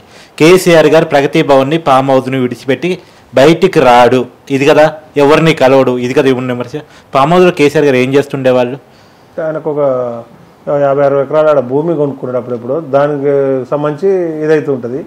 ఇక్కడ ఏదైనా అవకాశం వల్ల అక్కడ కలిసే ప్రయత్నం చేసేది అధికారులు కానీ, లేకపోతే ఎమ్మెల్యేలు కానీ, రాజకీయ నాయకులు కానీ ఎవరన్నా. నాకు తెలిసిందే ఇది. ఇక్కడ ప్రగతి భవన్లు ఉన్నా కూడా వాటికి సంబంధించిన దాంట్లో గంటలు కేసీఆర్ గారు కుర్చీ మీద బెడ్ మీద ఉన్న దానికన్నా కుర్చీ మీద కూర్చొని మాట్లాడే దాంట్లో ఉంటాడు మ్యాక్సిమం. సరే, అక్కడ రాజకీయమైన డిస్కషన్లా లేకపోతే అడ్మినిస్ట్రేషన్ డిస్కషన్లా ఏంటి అనేది ఐడియా లేదు. కానీ లేదు, మొత్తమే మనసులను కలవకుండా ఒక రూమ్లో పరిమితం అయితే ఉన్నాడు సార్. అలానే కేటీఆర్కి హరీష్ రావుకి గొడవ ఉంది. అపోజిషన్ లీడర్ కాడ అయిన గొడవ కాడ నుంచే ఇష్టం లేకపోయినా అపోజిషన్ లీడర్ కేసీఆర్ ఉండాల్సి వచ్చింది. నాకంటే నేను ఈ ఎవరు అపోజిషన్ లీడర్ ఎవరు గొడవ పడ్డారు ఏందనేది, ఎందుకంటే ఇప్పుడు వాళ్ళ అంతర్గత బీఆర్ఎస్ అంతర్గత సమస్య. నా దృష్టికి అయితే అది రాలేదు.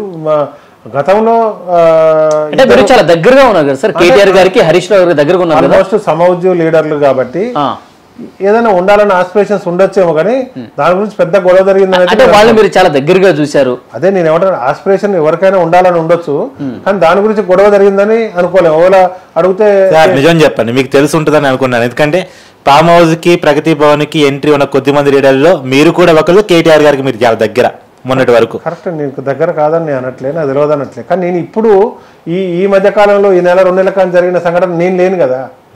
నేను లేను కాబట్టి నాకు అక్కడ ఏం జరిగింది, ఏం జరుగుంటుందని ఏదైనా స్వామీజీ లెక్క ఆలోచించి పార్టీలో ఉన్నప్పుడు ఈ ఫైట్ అబ్జర్వ్ చేశారా మీరు?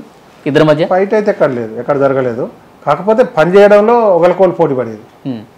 రెండోసారి మంత్రి ఇచ్చే విషయంలో హరీష్ రావును ఎందుకు అంతకాలం వెయిట్ చేయించారు? కొత్త వారిని ఎంకరేజ్ చేయాలని చేసినట్టుంది అంతే. మరి పూర్తిగా ఇవ్వకూడదు, మళ్ళీ ఇవ్వడానికి కారణం కేటీఆర్ గారు కూడా లేరు మంత్రివర్గంలో రెండోసారి. ఆయన కూడా లేట్గానే వచ్చాడు. బాబా ఇద్దరు కూడా లేట్గానే ఇచ్చారు. ఒకసారి టికెట్ ఇచ్చిన పర్సన్ ఇంకోసారి టికెట్ ఇస్తే మీరు అది తప్పు పట్టారు కదా మీరు మామూలుగా. నేను ఒక్కసారి ఇచ్చిన వాళ్ళకి ఇంకోసారి ఇవ్వద్దనట్లే, వాళ్ళకి మళ్ళీ తర్వాత ఇంకా ఎవరైనా కొత్త వాళ్ళకి అవకాశం ఇచ్చేస్తే. ఒకవేళ అదే తప్పు కాంగ్రెస్ లో జరిగితే మళ్ళీ బీజేపీకి ఏమైనా చేరే అవకాశం ఉన్నదా మీరు? నేను ఏమంటానంటే ఆ పార్టీ నిర్మాణంలో కానీ, ఆ పార్టీ కష్టంలో కానీ, ఆ పార్టీ నిలబడంలో అన్నిట్లో ఉన్నాం కాబట్టి ఇవాళ ఇదవుతుంది. ఇవాళ ఇంట్లో ఇది కానీ వీధిలో అదే మొత్తం అవన్నీ కూడా దాంట్లో కాంగ్రెస్ పార్టీ విధానం కాంగ్రెస్ పార్టీకి ఉంటుంది, బీఆర్ఎస్ పార్టీ బీఆర్ఎస్ పార్టీకి ఉంటుంది. కాబట్టి ప్రతినిత్యం పార్టీలు మారాల్సిన సమస్యలు ఇవన్నీ ఉత్పన్నం కావు. ఆ సందర్భం వేరు, ఈ సందర్భం వేరు. సార్, మీ అవకాశాల కోసం అని మీరు పార్టీలు మారుతున్నారు. ఇప్పుడు మరి మధ్యలో ప్రజలను పట్టించుకునేది ఎవరు సార్? ప్రజలు పిచ్చోళ్ళ? అయితే నా అవకాశాల కోసం నేను మారలేదు. నా అవకాశాల కోసం నాకు నేను బాధ అయ్యి నేను మారిన తప్పితే ప్రజల్ని నాకు బాధ్యత ఇచ్చినప్పుడు, నాకు పార్టీ బాధ్యత ఉన్నప్పుడు నేను క్యాడర్ను పట్టించుకున్నాం, పనిచేసినాం, వాళ్ళకి అందుబాటులో ఉన్నాం. ఎక్కడ కూడా బొంతు రామ్మోహన్ ఉద్యమం చేసే దాంట్లో కార్యకర్తలకు కానీ నాతో పాటు పనిచేసిన సాక్షులకు కానీ అందుబాటులో లేడు, పలకలేదు. నేను మేయర్గా అవకాశం వచ్చి పనిచేసినప్పుడు కూడా బొంతు రామ్మోహన్ తిరగలేదు, పని చేయలేదు, ఇంట్లో పడుకున్నాడు, అందుబాటులో లేడు, అధికారులకు ఏదైనా మచ్చ వచ్చేటట్టు పనిచేసినది ఎక్కడ కూడా లేదు. నాకు ఇచ్చిన బాధ్యత నేను ఖచ్చితంగా నెరవేర్చాను. మీరు అధికార పార్టీలో ఉన్నారు సార్ ఇప్పుడు ప్రజెంట్. అక్కడ అధికార పార్టీ ఏదైనా తప్పు చేస్తే ప్రజల తరఫున మీరు పోరాడతారా? నేనేమంటానంటే డెఫినెట్గా ఈరోజు అధికార పార్టీ కాంగ్రెస్ పార్టీ కొన్ని హామీలు ఇచ్చింది, ప్రజా పరిపాలన ముందు కొనసాగుతుంది రేవంత్ రెడ్డి గారి నాయకత్వంలో. దాంట్లో ఒక పార్టీలో ఉండే వ్యక్తిగా ఏ రకంగా దాన్ని అనుసంధానం చేయాలి, ఏ రకంగా పైన ఉన్న నాయకత్వానికి మరి వాళ్ళ మనం కన్వే చేయాలనే దాంట్లో డెఫినెట్గా ముందంజలో ఉంటాం. సార్, ఉప్పల్ నుంచి మీరు ఎమ్మెల్యేగా సీట్ అడిగారు, అది ఇవ్వకపోయినా సరే పార్టీ కోసం మీరు ప్రచారం చేశారు. ఇప్పుడు అదే ఏరియాలో రాబోయే ఎలక్షన్స్లో కాంగ్రెస్ తరపు నుంచి మీరు ప్రచారం చేస్తారా? డెఫినెట్గా నేను ఏమంటానంటే పార్టీ ఆదేశించినప్పుడు ఏదైనా అది ఉప్పల్ నుంచి అయినా చేయాలి. ఈ రాష్ట్రంలో ప్రతి జిల్లా ప్రతి కాన్స్టిట్యున్సీలో 119 కాన్స్టిట్యున్సీలలో ఏదో ఒక సందర్భంలో ఎప్పుడో ఒకసారి పనిచేసి ఉంటాం. ఇదే కాకుండా గతంలో ఉమ్మడి ఆంధ్రప్రదేశ్ ఉన్నప్పుడు కూడా తెలంగాణ రాష్ట్ర సమితి ఉండే, అప్పుడు కూడా సందర్భం వచ్చినప్పుడు ఎక్కడికొక అడిగిపోయినాం. ఇదే కాకుండా తెలంగాణ రానప్పుడు జార్ఖండ్ పోయి కూడా అక్కడ ప్రచారం చేసి వచ్చిన సందర్భం ఉంది. కాబట్టి ఈ మార్పు ప్రజలపై ప్రభావితం చూపించే ఛాన్సెస్ ఉన్నాయా? ఏ మార్పు? ఇప్పుడు మీరు అప్పుడేమో బీఆర్ఎస్ తరపున ప్రచారం చేశారు, ఇప్పుడేమో కాంగ్రెస్ తరపున చేశారు.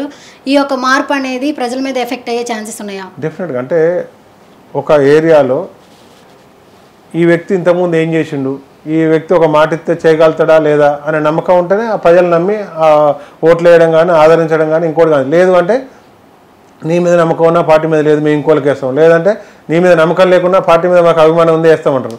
కాబట్టి అక్కడ సందర్భం తెలిసిపోతూనే ఉంటుంది. బీఆర్ఎస్ పార్టీ తరఫున ఏపీకి ఇన్ఛార్జిగా పనిచేశారు మీరు. వైజాగ్లోని చాలా కాలం పాటు బీఆర్ఎస్ని విస్తరించడం కోసం పనిచేశారు. అయితే ఇప్పుడు బీఆర్ఎస్ ఉందా, మళ్ళీ టీఆర్ఎస్గా మారబోతుందా? ఈ డౌట్ నాది కాదు. మహారాష్ట్రకు సంబంధించిన బీఆర్ఎస్ నాయకులు చాలామంది సీనియర్ జర్నలిస్టులకి ఫోన్ చేసి మరీ చెప్తున్నారు. ప్రొఫెసర్ కె నాగేశ్వర్ గారికి ఫోన్ వచ్చిందంట, అసలు బీఆర్ఎస్ కేసీఆర్ నడపదలుచుకున్నారా, మేము ఫోన్ చేస్తుంటే ఎత్తట్లేదు, అపాయింట్మెంట్ ఇవ్వట్లేదు, బీఆర్ఎస్ ఉందా లేదా, అది బీఆర్ఎస్ నాయకులకు వస్తున్న డౌట్. మీరేమంటారు? నాకు తెలిసి ఇంకా దాన్ని బీఆర్ఎస్గానే కొనసాగిస్తున్నారు. అది తెలంగాణ రాష్ట్రానికి పరిమితం అయినట్లేదు. ఆ జాతీయ పార్టీగా ఏదైతే పెట్టుకున్నారో బీఆర్ఎస్గా, ఈ నాకు తెలిసిన అఫీషియల్ ఇన్ఫర్మేషన్ ప్రకారం కూడా బీఆర్ఎస్గానే ఉంది. రామ్మోహన్ గారు, మీరు మేయర్గా ఉన్నప్పుడు అధికార పార్టీ అండ చూసుకున్నాం, 100 కోట్ల రూపాయలు సంపాదించారు, అక్రమార్జనకు పాల్పడ్డారు. ఈ భయంతోనే కాంగ్రెస్ పార్టీ అధికారంలోకి వచ్చింది కాబట్టి మీ మీద ఇన్వెస్టిగేషన్స్ స్టార్ట్ అయ్యే అవకాశం ఉంది కాబట్టి భయంతో కాంగ్రెస్ పార్టీలో జాయిన్ అయ్యారని ఏమంటారు? అయితే మనకు ఓసారి ఏదైనా మర్డర్ అటెంప్ట్ ఏదైనా జరిగితే వాడు ఒక్కసారి పొడుస్తాడు, కానీ మైక్లో 2వ సారి 3వ సారి 4వ సారి చూపెడితే ఇన్నిసార్లు ఇదైనట్టు. అయితే నేను మేయర్గా ఉన్నప్పుడు ఎక్కడ ఏ అవినీతి కుంభకోణం జరగలేదు. పోయి రైట్ టు ఇన్ఫర్మేషన్ తీసుకొచ్చిన జిహెచ్ఎంసీ మొన్నటి వరకు బీఆర్ఎస్ అధికారంలో ఉంది కాబట్టి మీకు ఎఫెక్ట్ కనపడలేదు. ఇప్పుడు కూడా నేను ఏమంటానంటే బీఆర్ఎస్ లో ఉన్నప్పుడే వచ్చినాయి అన్నీ, బీఆర్ఎస్ లో ఉన్నప్పుడే వచ్చినాయి ఆరోపణలు. మీరు చెప్పేటి అన్నీ ఏదో 1-2-3 యూట్యూబ్ ఛానల్ సోషల్ మీడియాలో వచ్చినాయి. దాంట్లో ఇప్పటి వరకు 3 ఏళ్ళు ఆ పదవి అయిపోయినాక ఎవరు దాన్ని నిరూపించింది లేదు. దీంట్లో మీడియాలే మళ్ళీ రిపీట్ అయ్యి ఇక్కడ అడిగో అక్కడ పోయో మళ్ళీ అదే రిపీట్ అవుతుంది తప్ప ఇక్కడ ఫలానా కాడ ఎగ్జాక్ట్లీ గీడ ఇబ్బంది అయింది, వీళ్ళతోటి ప్రాబ్లం అయింది, లేకపోతే వాళ్ళది పోయి మేము గుంజుకున్నాం, ఎక్కడ ఏది అయింది లేదు. ఒకవేళ మీరు అన్నట్టుగా నిజంగా ఏదైనా అథెంటిక్ ఉండి ఎవరైనా అన్యాయంగా ఇదైతే ఇప్పుడు మీరు అన్నట్టుగా ఇన్వెస్టిగేషన్ సంస్థలు చాలా ఉన్నాయి, అన్ని ఉన్నాయి. ఇప్పుడు అథెంటిక్ ఇన్ఫర్మేషన్ ఇప్పుడు ప్రభుత్వం మారింది కాబట్టి, మీరు ప్రతిపక్షంలో ఉన్న పరిస్థితి కాబట్టి, సో డెఫినెట్గా ఇన్వెస్టిగేషన్ కాంగ్రెస్ పార్టీ చేస్తుంది. ఆ భయంతోనే జాయిన్ అయ్యారంటున్నారు. నేను ఏమంటానంటే కాంగ్రెస్ పార్టీ చేయడం వదిలిపెట్టండి. ఒక ఎన్జిఓగానో ఒక బాధ్యత గల పౌరునిగానో మీరే ఒక చిన్న కంప్లైంట్ పెట్టండి, లేకపోతే ఏదైనా ఒక సంస్థకి ఇవ్వండి. ఉంటే బయటపడితే నేను కూడా నిజంగా ఈ పాలు పోసినట్టు అయింది కదా, ఫలానా కంప్లైంట్ ఇస్తే ఏం లేవని తేలింది, లేకపోతే ఇలా ఉన్నాయని తేలింది. ఇదేమైందంటే రాజకీయం ఉన్నప్పుడు ఏం చేసినా చేయకుండా ఏదో పోకిరి సినిమాలు ఉంటుంది. నాకు చిరంజీవితో సంబంధం నేను భోజనం చేస్తా అంటే మరి అన్ని సంబంధాలు లేవు, నేను అంటా వాళ్ళు నిరూపించుకుంటారు, నాకేందుకు కర్మ అన్నట్టుగా. ఇది ఎక్కడ నిరూపణ అయింది లేదు, ఎక్కడ జరిగింది లేదు. ఇది అల్లావుద్దీన్ అద్భుత ధూప కల్పన తప్ప ఏం లేదు. సార్, ఇప్పటి వరకు బీఆర్ఎస్లో జరిగిన బహిరంగ సభల బాధ్యత మీరు చూసుకున్నారు. మరి ఇప్పటి నుంచి కాంగ్రెస్లో జరగబోయే నిర్వహించే బహిరంగ సభల బాధ్యత మీరు తీసుకుంటారా? అది కాంగ్రెస్ పార్టీ మనకన్నా ముందు నుంచి ఉంది కాబట్టి ఇంకా చాలా మంది ఉండొచ్చు, ఇది చేయొచ్చు. మనకు పార్టీ ఇంకో ఏ బాధ్యత మనకు సూట్ అయితే ఆ బాధ్యత, ఏ బాధ్యతనైనా సమర్థంగా చక్కగా నిర్వహించగలుగుతాను నాకు నమ్మకం ఉంది. వాళ్ళకు నమ్మకం ఉంటుంది, డెఫినెట్గా ఆ బాధ్యత ఇస్తుంది. బీఆర్ఎస్కి హైదరాబాద్లో ఓట్ పర్సంటేజ్ ఎక్కువ వచ్చింది మిగతా వాటి కర్ణాటక కలిపి. దానికి కారణం ఏమంటారు? అంటే ఎంతో కొంత అభివృద్ధి చేయడం బట్టే కదా ఓట్ పర్సంటేజ్ ఎక్కువ వచ్చింది కాదంటారా? డెఫినెట్గా హైదరాబాదులో విపరీతమైన అభివృద్ధి జరిగింది. దానికి తోడు కొంత ఏదైతే ఎలక్షన్ సందర్భంగా హైదరాబాదు ప్లస్ తెలంగాణ రూరల్ ఏదైతే ఉందో కొంత దాని డిఫరెంట్ ఒపీనియన్ మొదటి నుంచే కొంత ఇదైంది కాబట్టి కాంగ్రెస్ పార్టీ కొంత లాస్ అయి ఉంటుంది. అంటే ఇప్పుడు చేసే అభివృద్ధిని చూసి ఓటేసే అవకాశం ఏమన్నా? డెఫినెట్గా అంటే నీకు బాధ్యత ఇచ్చినప్పుడు నువ్వేం చేసినావు అనే దాన్ని బట్టే మనం ఓటు అడగడానికి ఉంటుంది. కాబట్టి ఇప్పుడు కాంగ్రెస్ పార్టీ అధికారంలో ఉంది. మరి ఇప్పుడు అధికారం రాకముందు మనం మేనిఫెస్టోలు కానీ మనం మాట్లాడినాయి కానీ ఇప్పుడు ఆల్రెడీ కొన్ని జరుగుతున్నాయి, ఇంకా కొన్ని జరుగుతాయని ఇప్పుడు 6 హామీలు ఇచ్చారు, కొన్ని జరుగుతున్నాయి, ఇంకొన్ని జరుగుతాయి. ప్లస్ ఈ 3 నెలల్లో జరుగుతున్న ప్రజా పరిపాలన ఏదైతే ఉందో 6 గ్యారెంటీల్ని 100% అమలు చేసే పరిస్థితి ఉందా సార్? నేను ఏమంటానంటే ఎవరి ఇంటకెళ్ళి తీసుకొచ్చి ఇచ్చేది ఉండదు. ప్రభుత్వ పైసలు ఇంతకుముందు గతంలో ఇంతకన్నా పెద్ద గ్యారెంటీలు ఇంతకన్నా పెద్ద పథకాలు ఇచ్చినప్పుడు కూడా ఇవాళ బీఆర్ఎస్ పార్టీ దాన్ని ఏ రకంగా అటెండ్ చేసింది, ఇప్పుడు కాంగ్రెస్ పార్టీ కూడా దాన్ని అటెండ్ చేసే ప్రయత్నం చేసింది. ఇప్పుడు బీఆర్ఎస్ పార్టీ అధికారం రాకపోతే ఇది అయిద్దా కాదా అన్నదంటారు. ఇప్పుడు ఉన్న 6 గ్యారెంటీల కన్నా బీఆర్ఎస్ పార్టీ అధికారంలోకి వస్తే ఇంతకన్నా ఇంకా ఎక్కువ పడే గ్యారెంటీలు స్కీములు అవన్నీ కూడా ఉండే. ఈటల రాజేందర్ గారు ఒక కామెంట్ చేశారు, ఆర్థిక మంత్రిగా పనిచేసిన అనుభవంతో చెప్తున్నాను, ఈ 6 గ్యారెంటీలు అమలు కావడం అనేది కళలో మాత్రమే సాధ్యం అవుద్ది అంటున్నారు. అంటే BJP strategy, BJP style of work ఏదైతే ఉందో ఈ సంక్షేమ పథకాలు ఈ పథకాలు ఇవన్నీ ఎక్కువ ఇస్తే గవర్నమెంట్ నడపలేరు, వీటి బదులు ఇంకా డెవలప్మెంట్ వైపు పెట్టచ్చు కానీ దీన్ని ఎక్కువ ఎంకరేజ్ చేయొద్దు అనేది బీజేపీ పాలసీలో ఉంటుంది. కాబట్టి అడుగుతున్నాను, ఈటల సీక్రెట్ భేటీ జరిగింది, పట్నం మహేందర్ రెడ్డి తర్వాత మైనంపల్లి హనుమంతరావు, ఏంటి ఆ సీక్రెట్ భేటీ రహస్యం ఏంటి? నాకైతే ఇన్ఫర్మేషన్ లేదు. ఏదో ఇంతకుముందు 1 గంట 2 గంటల కింద వేటు మెసేజ్లు అవన్నీ ఏదో వచ్చి స్పెక్యులేషన్స్ నడుస్తున్నాయి. మీ అంచనా, మీరు రాజకీయాలు అంచనా వేసి చెప్పండి. ఇన్నాళ్ళు రాజకీయాలు 15 రోజుల కింద 20 రోజుల కింద ఏదో ఇట్లాంటి స్పెక్యులేషన్స్ వచ్చినాయి, ఏదో కాంగ్రెస్ పార్టీలో పోతుండు అది అని. నాకైతే ఇన్ఫర్మేషన్ లేదు, ఐడియా లేదు. మళ్ళీ కూడా ఇవాళ అదే వస్తుంది. రావచ్చా ఈటల రాజేందర్ కాంగ్రెస్ లోకి రావచ్చా? మరి అట్లాంటి ఇన్ఫర్మేషన్ అయితే నాకు లేదు. స్పెక్యులేషన్స్ ఒక 20 days కింద అయినాయి, మళ్ళీ ఇదైనాయి, మళ్ళీ ఇవాళ మార్నింగ్ నుంచి ఏదో అనిపిస్తుంది. సార్ అంటే ఒకవేళ ఆయన రాలేదంటే కాంగ్రెస్ పార్టీలోకి బీజేపీ కాంగ్రెస్ పార్టీ కలిసి బీఆర్ఎస్ని ఏమన్నా వెనక నుంచి ఏమైనా తెర వెనకైనా నడుపుదాం అనుకుంటున్నారా, వాళ్ళని తొక్కేసే విధంగా? అంటే ఇవన్నీ ఊహాజనితమైన ఇవి. దాన్ని తొక్కేస్తానికి ఇక్కడ ప్రజలు 64 సీట్లు ఇచ్చి కాంగ్రెస్ పార్టీని నిలబెట్టారు. గతంలో కూడా ఇట్లే బీహార్లో అక్కడ వేరే రాష్ట్రంలో ఇట్లాంటి ప్రజలు ఎన్నుకున్న ప్రభుత్వాలు ఉంటే వాటిని ఫామ్ కాకుండా ఏదో రకంగా ఇబ్బందులుగా చేస్తే అటు కర్ణాటకలో కానీ ఇక్కడ కానీ మళ్ళీ ప్రజలు డిఫరెంట్గా తీర్పులు ఆ చేసిన సంఘటనలకు వ్యతిరేకంగా తీర్పులు ఇచ్చారు. అంటే ఈ 2 నేషనల్ పార్టీలు కదా సార్, అది ప్రాంతీయ పార్టీ అయింది కదా బీఆర్ఎస్. సో దాన్ని లేకుండా ప్రాంతీయ పార్టీలన్నింటినీ తొక్కేసి నేషనల్ పార్టీలే రాజకీయాల్లో ఉందాము అని అనుకుంటున్నారా అధికారంలో? నాకు తెలిసి కాంగ్రెస్ పార్టీకి అట్లా ప్రాంతీయ పార్టీలు ఉండొద్దు అనే దాంట్లో, ఎందుకంటే కాంగ్రెస్ పార్టీ వచ్చినప్పటి నుంచి ఎన్నో ప్రాంతీయ పార్టీలు దాంట్లోకెళ్ళే పుట్టినాయి, ఇంకో దాంట్లోకి వచ్చినాయి. ప్రాంతీయ పార్టీలతో పెద్ద ఇబ్బందికరమైన పరిస్థితులు కాంగ్రెస్ పార్టీ ఎప్పుడు ఎదుర్కోలేదు. ప్రాంతీయ పార్టీలతో కాంగ్రెస్ పార్టీ ఎప్పుడు ప్రాంతీయ పార్టీలను కలుపుకొని ఎక్కువ ప్రాంతీయ పార్టీలతోటి ప్రభుత్వాలు నడిపిన ఘనత కూడా కాంగ్రెస్ పార్టీకే ఉంది. సార్ ఇప్పుడు 6 గ్యారెంటీలలో ఒకరికి ప్లస్ అవుతే ఇంకొకరికి మైనస్ అవుతుంది. ఇప్పుడు ఫ్రీ బస్ ఇచ్చినప్పుడు ఇప్పుడు ఆటో వాళ్ళు పొట్టగొట్టారని అంటున్నారు, దాన్ని ఎలా చూస్తారు సార్? అంటే ఈ ఒక స్కీమ్ ఇంప్లిమెంట్ చేస్తున్నప్పుడు దానికి కొంత హెచ్చు తగ్గులు కొన్ని ఇట్లాంటి ఇబ్బందులు వస్తుంటాయి. కాలక్రమేణా వాటిని అన్నిటి కూడా అటెండ్ చేసుకుంటూ వాళ్ళని ఏ రకంగా ఆదుకోవాలనే దాంట్లో ప్రభుత్వం ఆలోచిస్తుందని చెప్పి సీఎం రేవంత్ రెడ్డి గారు చెప్పారు, ప్రభుత్వ మంత్రులంతా కూడా చెప్పారు. నాకు తెలిసి ఈ పేదల్ని ఇబ్బంది పెట్టాలనే కాదు ఈ స్కీములు తెచ్చింది, ఇంకా నిరుపేదల్ని మహిళల్ని ఆదుకోవాలనే దాంట్లో పోయారు. దీనివల్ల ఉన్నత వర్గాలకు అయితే లాభం జరగలేదు. దీంట్లో కొంత పేద వర్గాలకు ఏదైతే ఇబ్బందికరమైన పరిస్థితులు ఉన్నాయో ఆటో వాళ్ళకు మేము దాన్ని ఆలోచిస్తాం, వాళ్ళని ఏ రకంగా ఆదుకోవాలని పరిశీలిస్తామని చెప్పారు. బీఆర్ఎస్ నుంచి బయటకు వచ్చేటప్పుడు మీకు ఆప్షన్ కాంగ్రెస్ అండ్ బీజేపీ ఉండింది. బీజేపీలో నచ్చంది ఏంటి, కాంగ్రెస్లో నచ్చింది ఏంటి మీరు రావడానికి? నచ్చింది నచ్చంది అని ఏం లేదు, 2 రకాలుగా ఇదైనప్పుడు ఇక్కడ ఉన్న పరిస్థితులు ఇవన్నీ మనకున్న పరిస్థితులు ఇక్కడ కాంగ్రెస్ అధికారులు ఉంటే బీజేపీ అధికారంలో లేకపోతే అది కేంద్రంలో ఉంది, బీజేపీ ఇక్కడ రాష్ట్రంలో అధికారం 2 అధికార పార్టీలే. అటుగా రాష్ట్రం అధికారంగా ముఖ్యం. అట్లా అధికారం అనేది ఒక ఆడ ఉంటే ఇంకొక ఆడ ఉంటుంది. ఇప్పుడు వాళ్ళు కేంద్రంలో ఉన్నారు, ఇక్కడ రాష్ట్రంలో ఉంటాయి. అయినా అట్లే అధికారం గురించి మనం అట్లేం ఆలోచించలేదు. ఇక్కడున్న పరిచయాలు అవన్నీ ఏదైతే ఉన్నాయో వాటిని బట్టి మనకు ఎవరితోటి మనం అడ్జస్ట్ కాగలుగుతాం, ఎవరితోటి మనం లీడ్ చేయగలుగుతాం అనే దాంట్లో 2024లో కాంగ్రెస్ కేంద్రంలో వచ్చే అవకాశం ఉందా?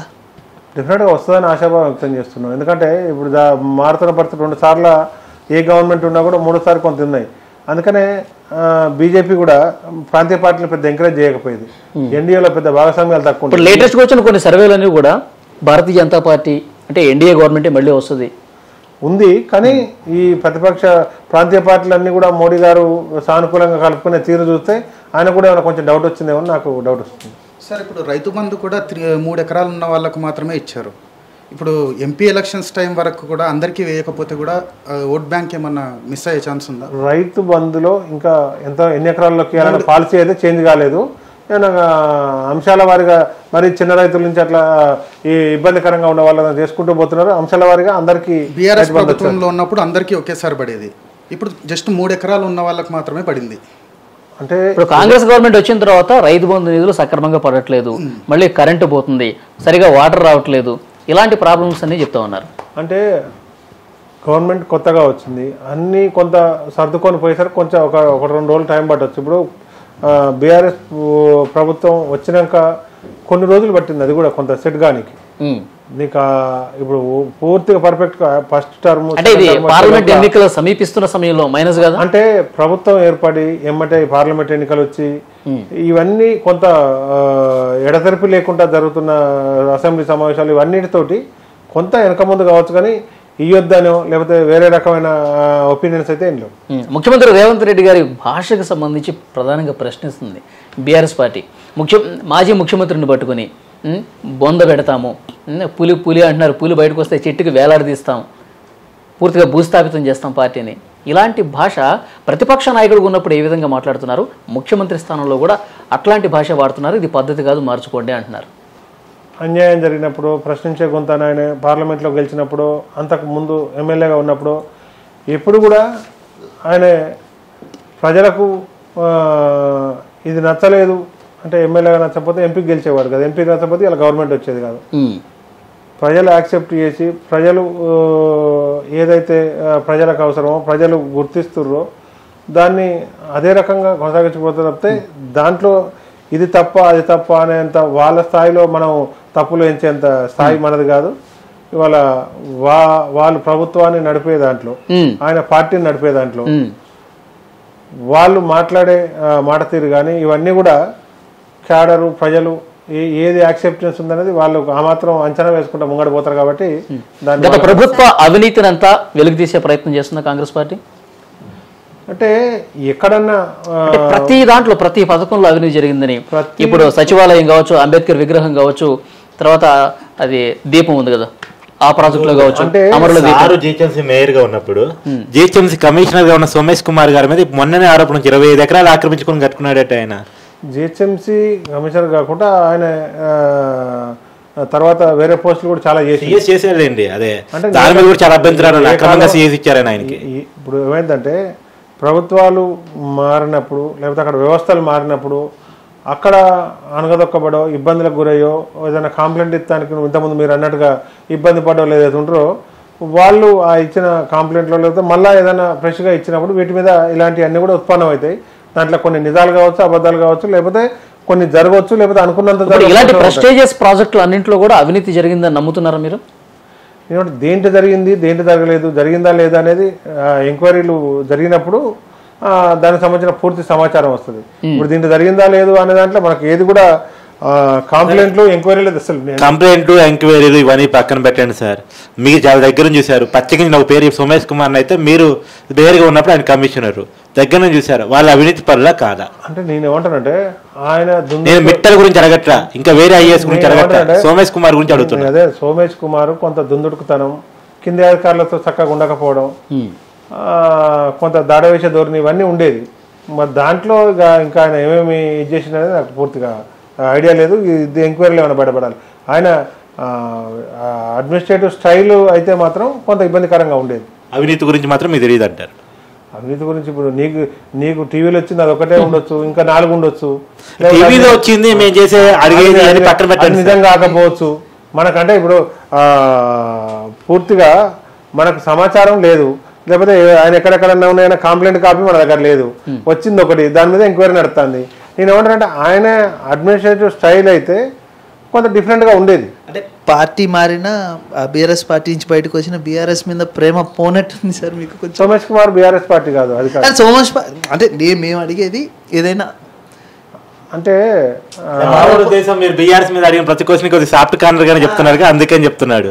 సాఫ్ట్ కార్నర్ అంటే నేనేమంటున్నా, మొదలే చెప్పిన మానవ సంబంధాలు మెయింటైన్ చేయడంలో దూరం అయ్యే ఇవాళ బీఆర్ఎస్కు చాలామంది దూరం అవుతున్నారంటే మనుషుల్ని అక్కన చేర్చుకోవడం, కష్టం ఉంటే కష్టాలు దాన్ని ఇవాళ కాకపోతే రేపు ఇదవుతుంది, లేకపోతే ఒక బాధ్యత ఒక పదవి ఒకటి ఇవ్వలేకపోతే నీకు కాదు నీకు తర్వాత ఇస్తాం, లేకపోతే పదవులే కాదు. కాంగ్రెస్ పార్టీలో ఈ పుష్కలంగా ఉన్నాయా మరి? కాంగ్రెస్ పార్టీలో అదొక సముద్రం, దాంట్లో ఉండే రీతిగా ఉంటాయి. మనం ఉద్యమ పార్టీగా ఉండి తెలంగాణ రాష్ట్ర సాధనలో కొన్ని దాదాపు 2 దశాబ్దాలు పనిచేసి ఇవన్నీ ఉన్న దగ్గర అవి ఒకటేసారి స్విచ్ ఆఫ్ అయినట్టుంటే వచ్చే రన్నింగ్ కాలువ బంద్ అయిపోతే ఏమవుతుంది?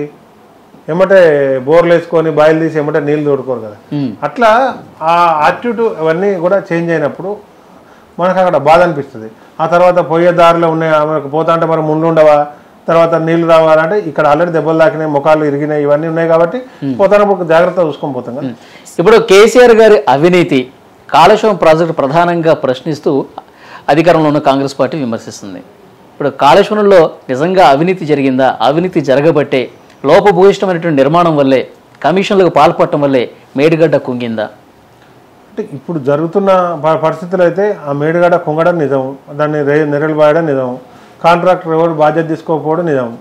కాబట్టి ఈ ఇంకొంత ఎంక్వైరీ ముందరికి పోతే దాని మీద ఎంతవరకు జరిగింది అనేది క్లారిటీ డెఫినెట్గా. అంటే అది ఎవరు స్థాయిలో అయింది, ఎవరు దానికి పాల్పడ్డారు ఏంది అనేది కొంత ఎంక్వైరీ దాని మొత్తం పూర్తి. కాంగ్రెస్ పార్టీ నాయకులు చెప్తున్నారు గతంలో ఉమ్మడి ఆంధ్రప్రదేశ్గా ఉన్నప్పుడు జరిగిన దాంతో అవినీతితో పోలిస్తే గత 10 ఏళ్లలో జరిగిందే ఎక్కువ, తెలంగాణ విధ్వంసం కూడా గత 10 ఏళ్లలో జరిగిందే ఎక్కువ అని చెప్తున్నారు. అయితే అదేమైందంటే ఈ 10 ఏళ్లలో జరిగిన యాక్టివిటీ ఎక్కువ.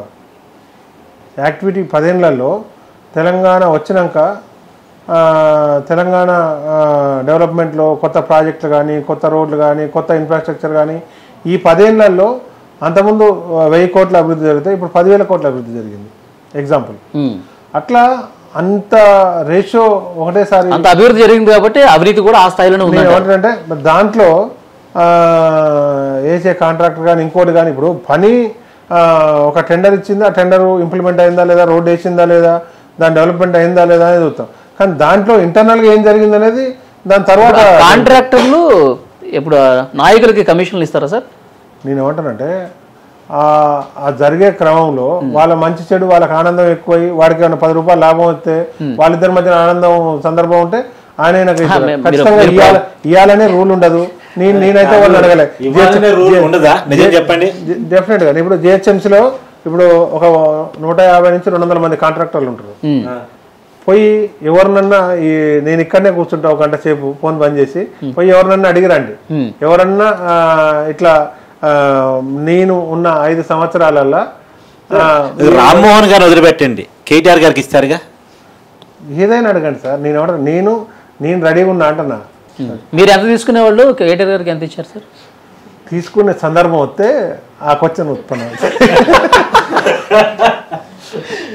సార్ ఇప్పుడు ప్రతిపక్షంలో ఉన్నప్పుడు అంటే ఎన్నికల సమయంలో రేవంత్ రెడ్డి గారు ఒక మాట చెప్తుండేవాళ్ళు, డబుల్ బెడ్రూమ్ సిద్ధంగా ఉంది చెర్లపల్లి జైల్లో. కేసీఆర్ గారు, కేటీఆర్ గారు, కల్వకుంట్ల కవిత, హరీష్ రావు వీళ్ళందరూ అక్కడ డబుల్ బెడ్రూమ్ కట్టడానికి సిద్ధంగా ఉన్నామని చెప్తున్నారు. ఎప్పుడు జైలుకి పంపిస్తున్నారు మరి?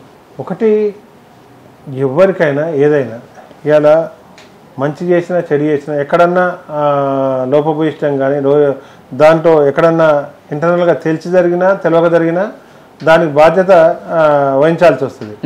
దాంట్లో ఏం జరిగింది ఏం జరగలేదు అనేది పూర్తి స్థాయిలో నాకైతే ఐడియా లేదు. కాబట్టి గవర్నమెంట్ సిస్టంలో ఆల్మోస్ట్ ముందు నుంచి ఉండి ప్రతిపక్షంలో ఉండి వాళ్ళు చూస్తున్నారు కాబట్టి సీనియర్ నాయకులకు ఏముంది ఏందనేది పూర్తి స్థాయిలో ఇంకా ముందు మనకేమన్నా దాని పూర్తి స్థాయి సమాచారం ఉంటే మనం మాట్లాడగలుగుతాం. సార్ దాయాది దేశం మీదకు గూఢచారులను పంపించినట్లు కేటీఆర్ గారు మిమ్మల్ని కాంగ్రెస్కి పంపించారని ఒక వార్త కనిపిస్తుంది, దాని మీద మీ ఒపీనియన్ ఏంటి? ఉంటుంది అంటే అతి ఎక్కువ కాలం పనిచేసినా కూడా ఆ మాత్రం ఊహాజనితమైన అనుమానాలు ఉంటాయి. అంటే మీకు కేటీఆర్ గారికి సాన్నిహిత్యం అలా ఉంటుంది. ఇక్కడ పార్టీ నుండి విడిపోయారు కదా, మీ యొక్క సాన్నిహిత్యం అలాగే కంటిన్యూ అవుతుందా లేకపోతే శత్రుత్వంగా మారే ఛాన్సెస్ ఉన్నాయా? పొలిటికల్ శత్రుత్వం ఉండొచ్చు కానీ మానసిక శత్రుత్వం ఇలా ముఖ్యమంత్రి గారు మొన్న కాలు జారి కింద మన మాజీ ముఖ్యమంత్రి గారు పడిపోతే రేవంత్ రెడ్డి గారు పోయి చూసి వచ్చారు ముఖ్యమంత్రిగా. ఇవాళ మానవ సంబంధాలు లేకపోతే ఆపత్తు వస్తే ఏదైనా యాక్సిడెంటల్గా ఏమైనా జరిగితే పోయి చూడడం వేరు, రాజకీయ శత్రుత్వం రాజకీయంగా వైరుధ్యం డెఫినెట్గా ఉంటాయి. అవన్నీ కేటీఆర్ గారు చెప్పారా మీరు పార్టీ మారుతున్నాని? అంటే కేటీఆర్ గారు అనుమతి తీసుకుని జాయిన్ అయ్యారు అనమాట. అనుమతులు తీసుకోరు. ఇవాళ నిన్ను అడిగి డోర్ తీసుకొని రావడం వేరు, నిన్ను అడిగి లోపల రావచ్చు అని అనడం వేరు, నేను పోతున్నా అని చెప్పడం వేరు. ఏమన్నారు కేటీఆర్ గారు ఒకవేళ మీరు అడిగిన మీరు పోతున్నా అని చెప్పినప్పుడు? పర్మిషన్ కాదు,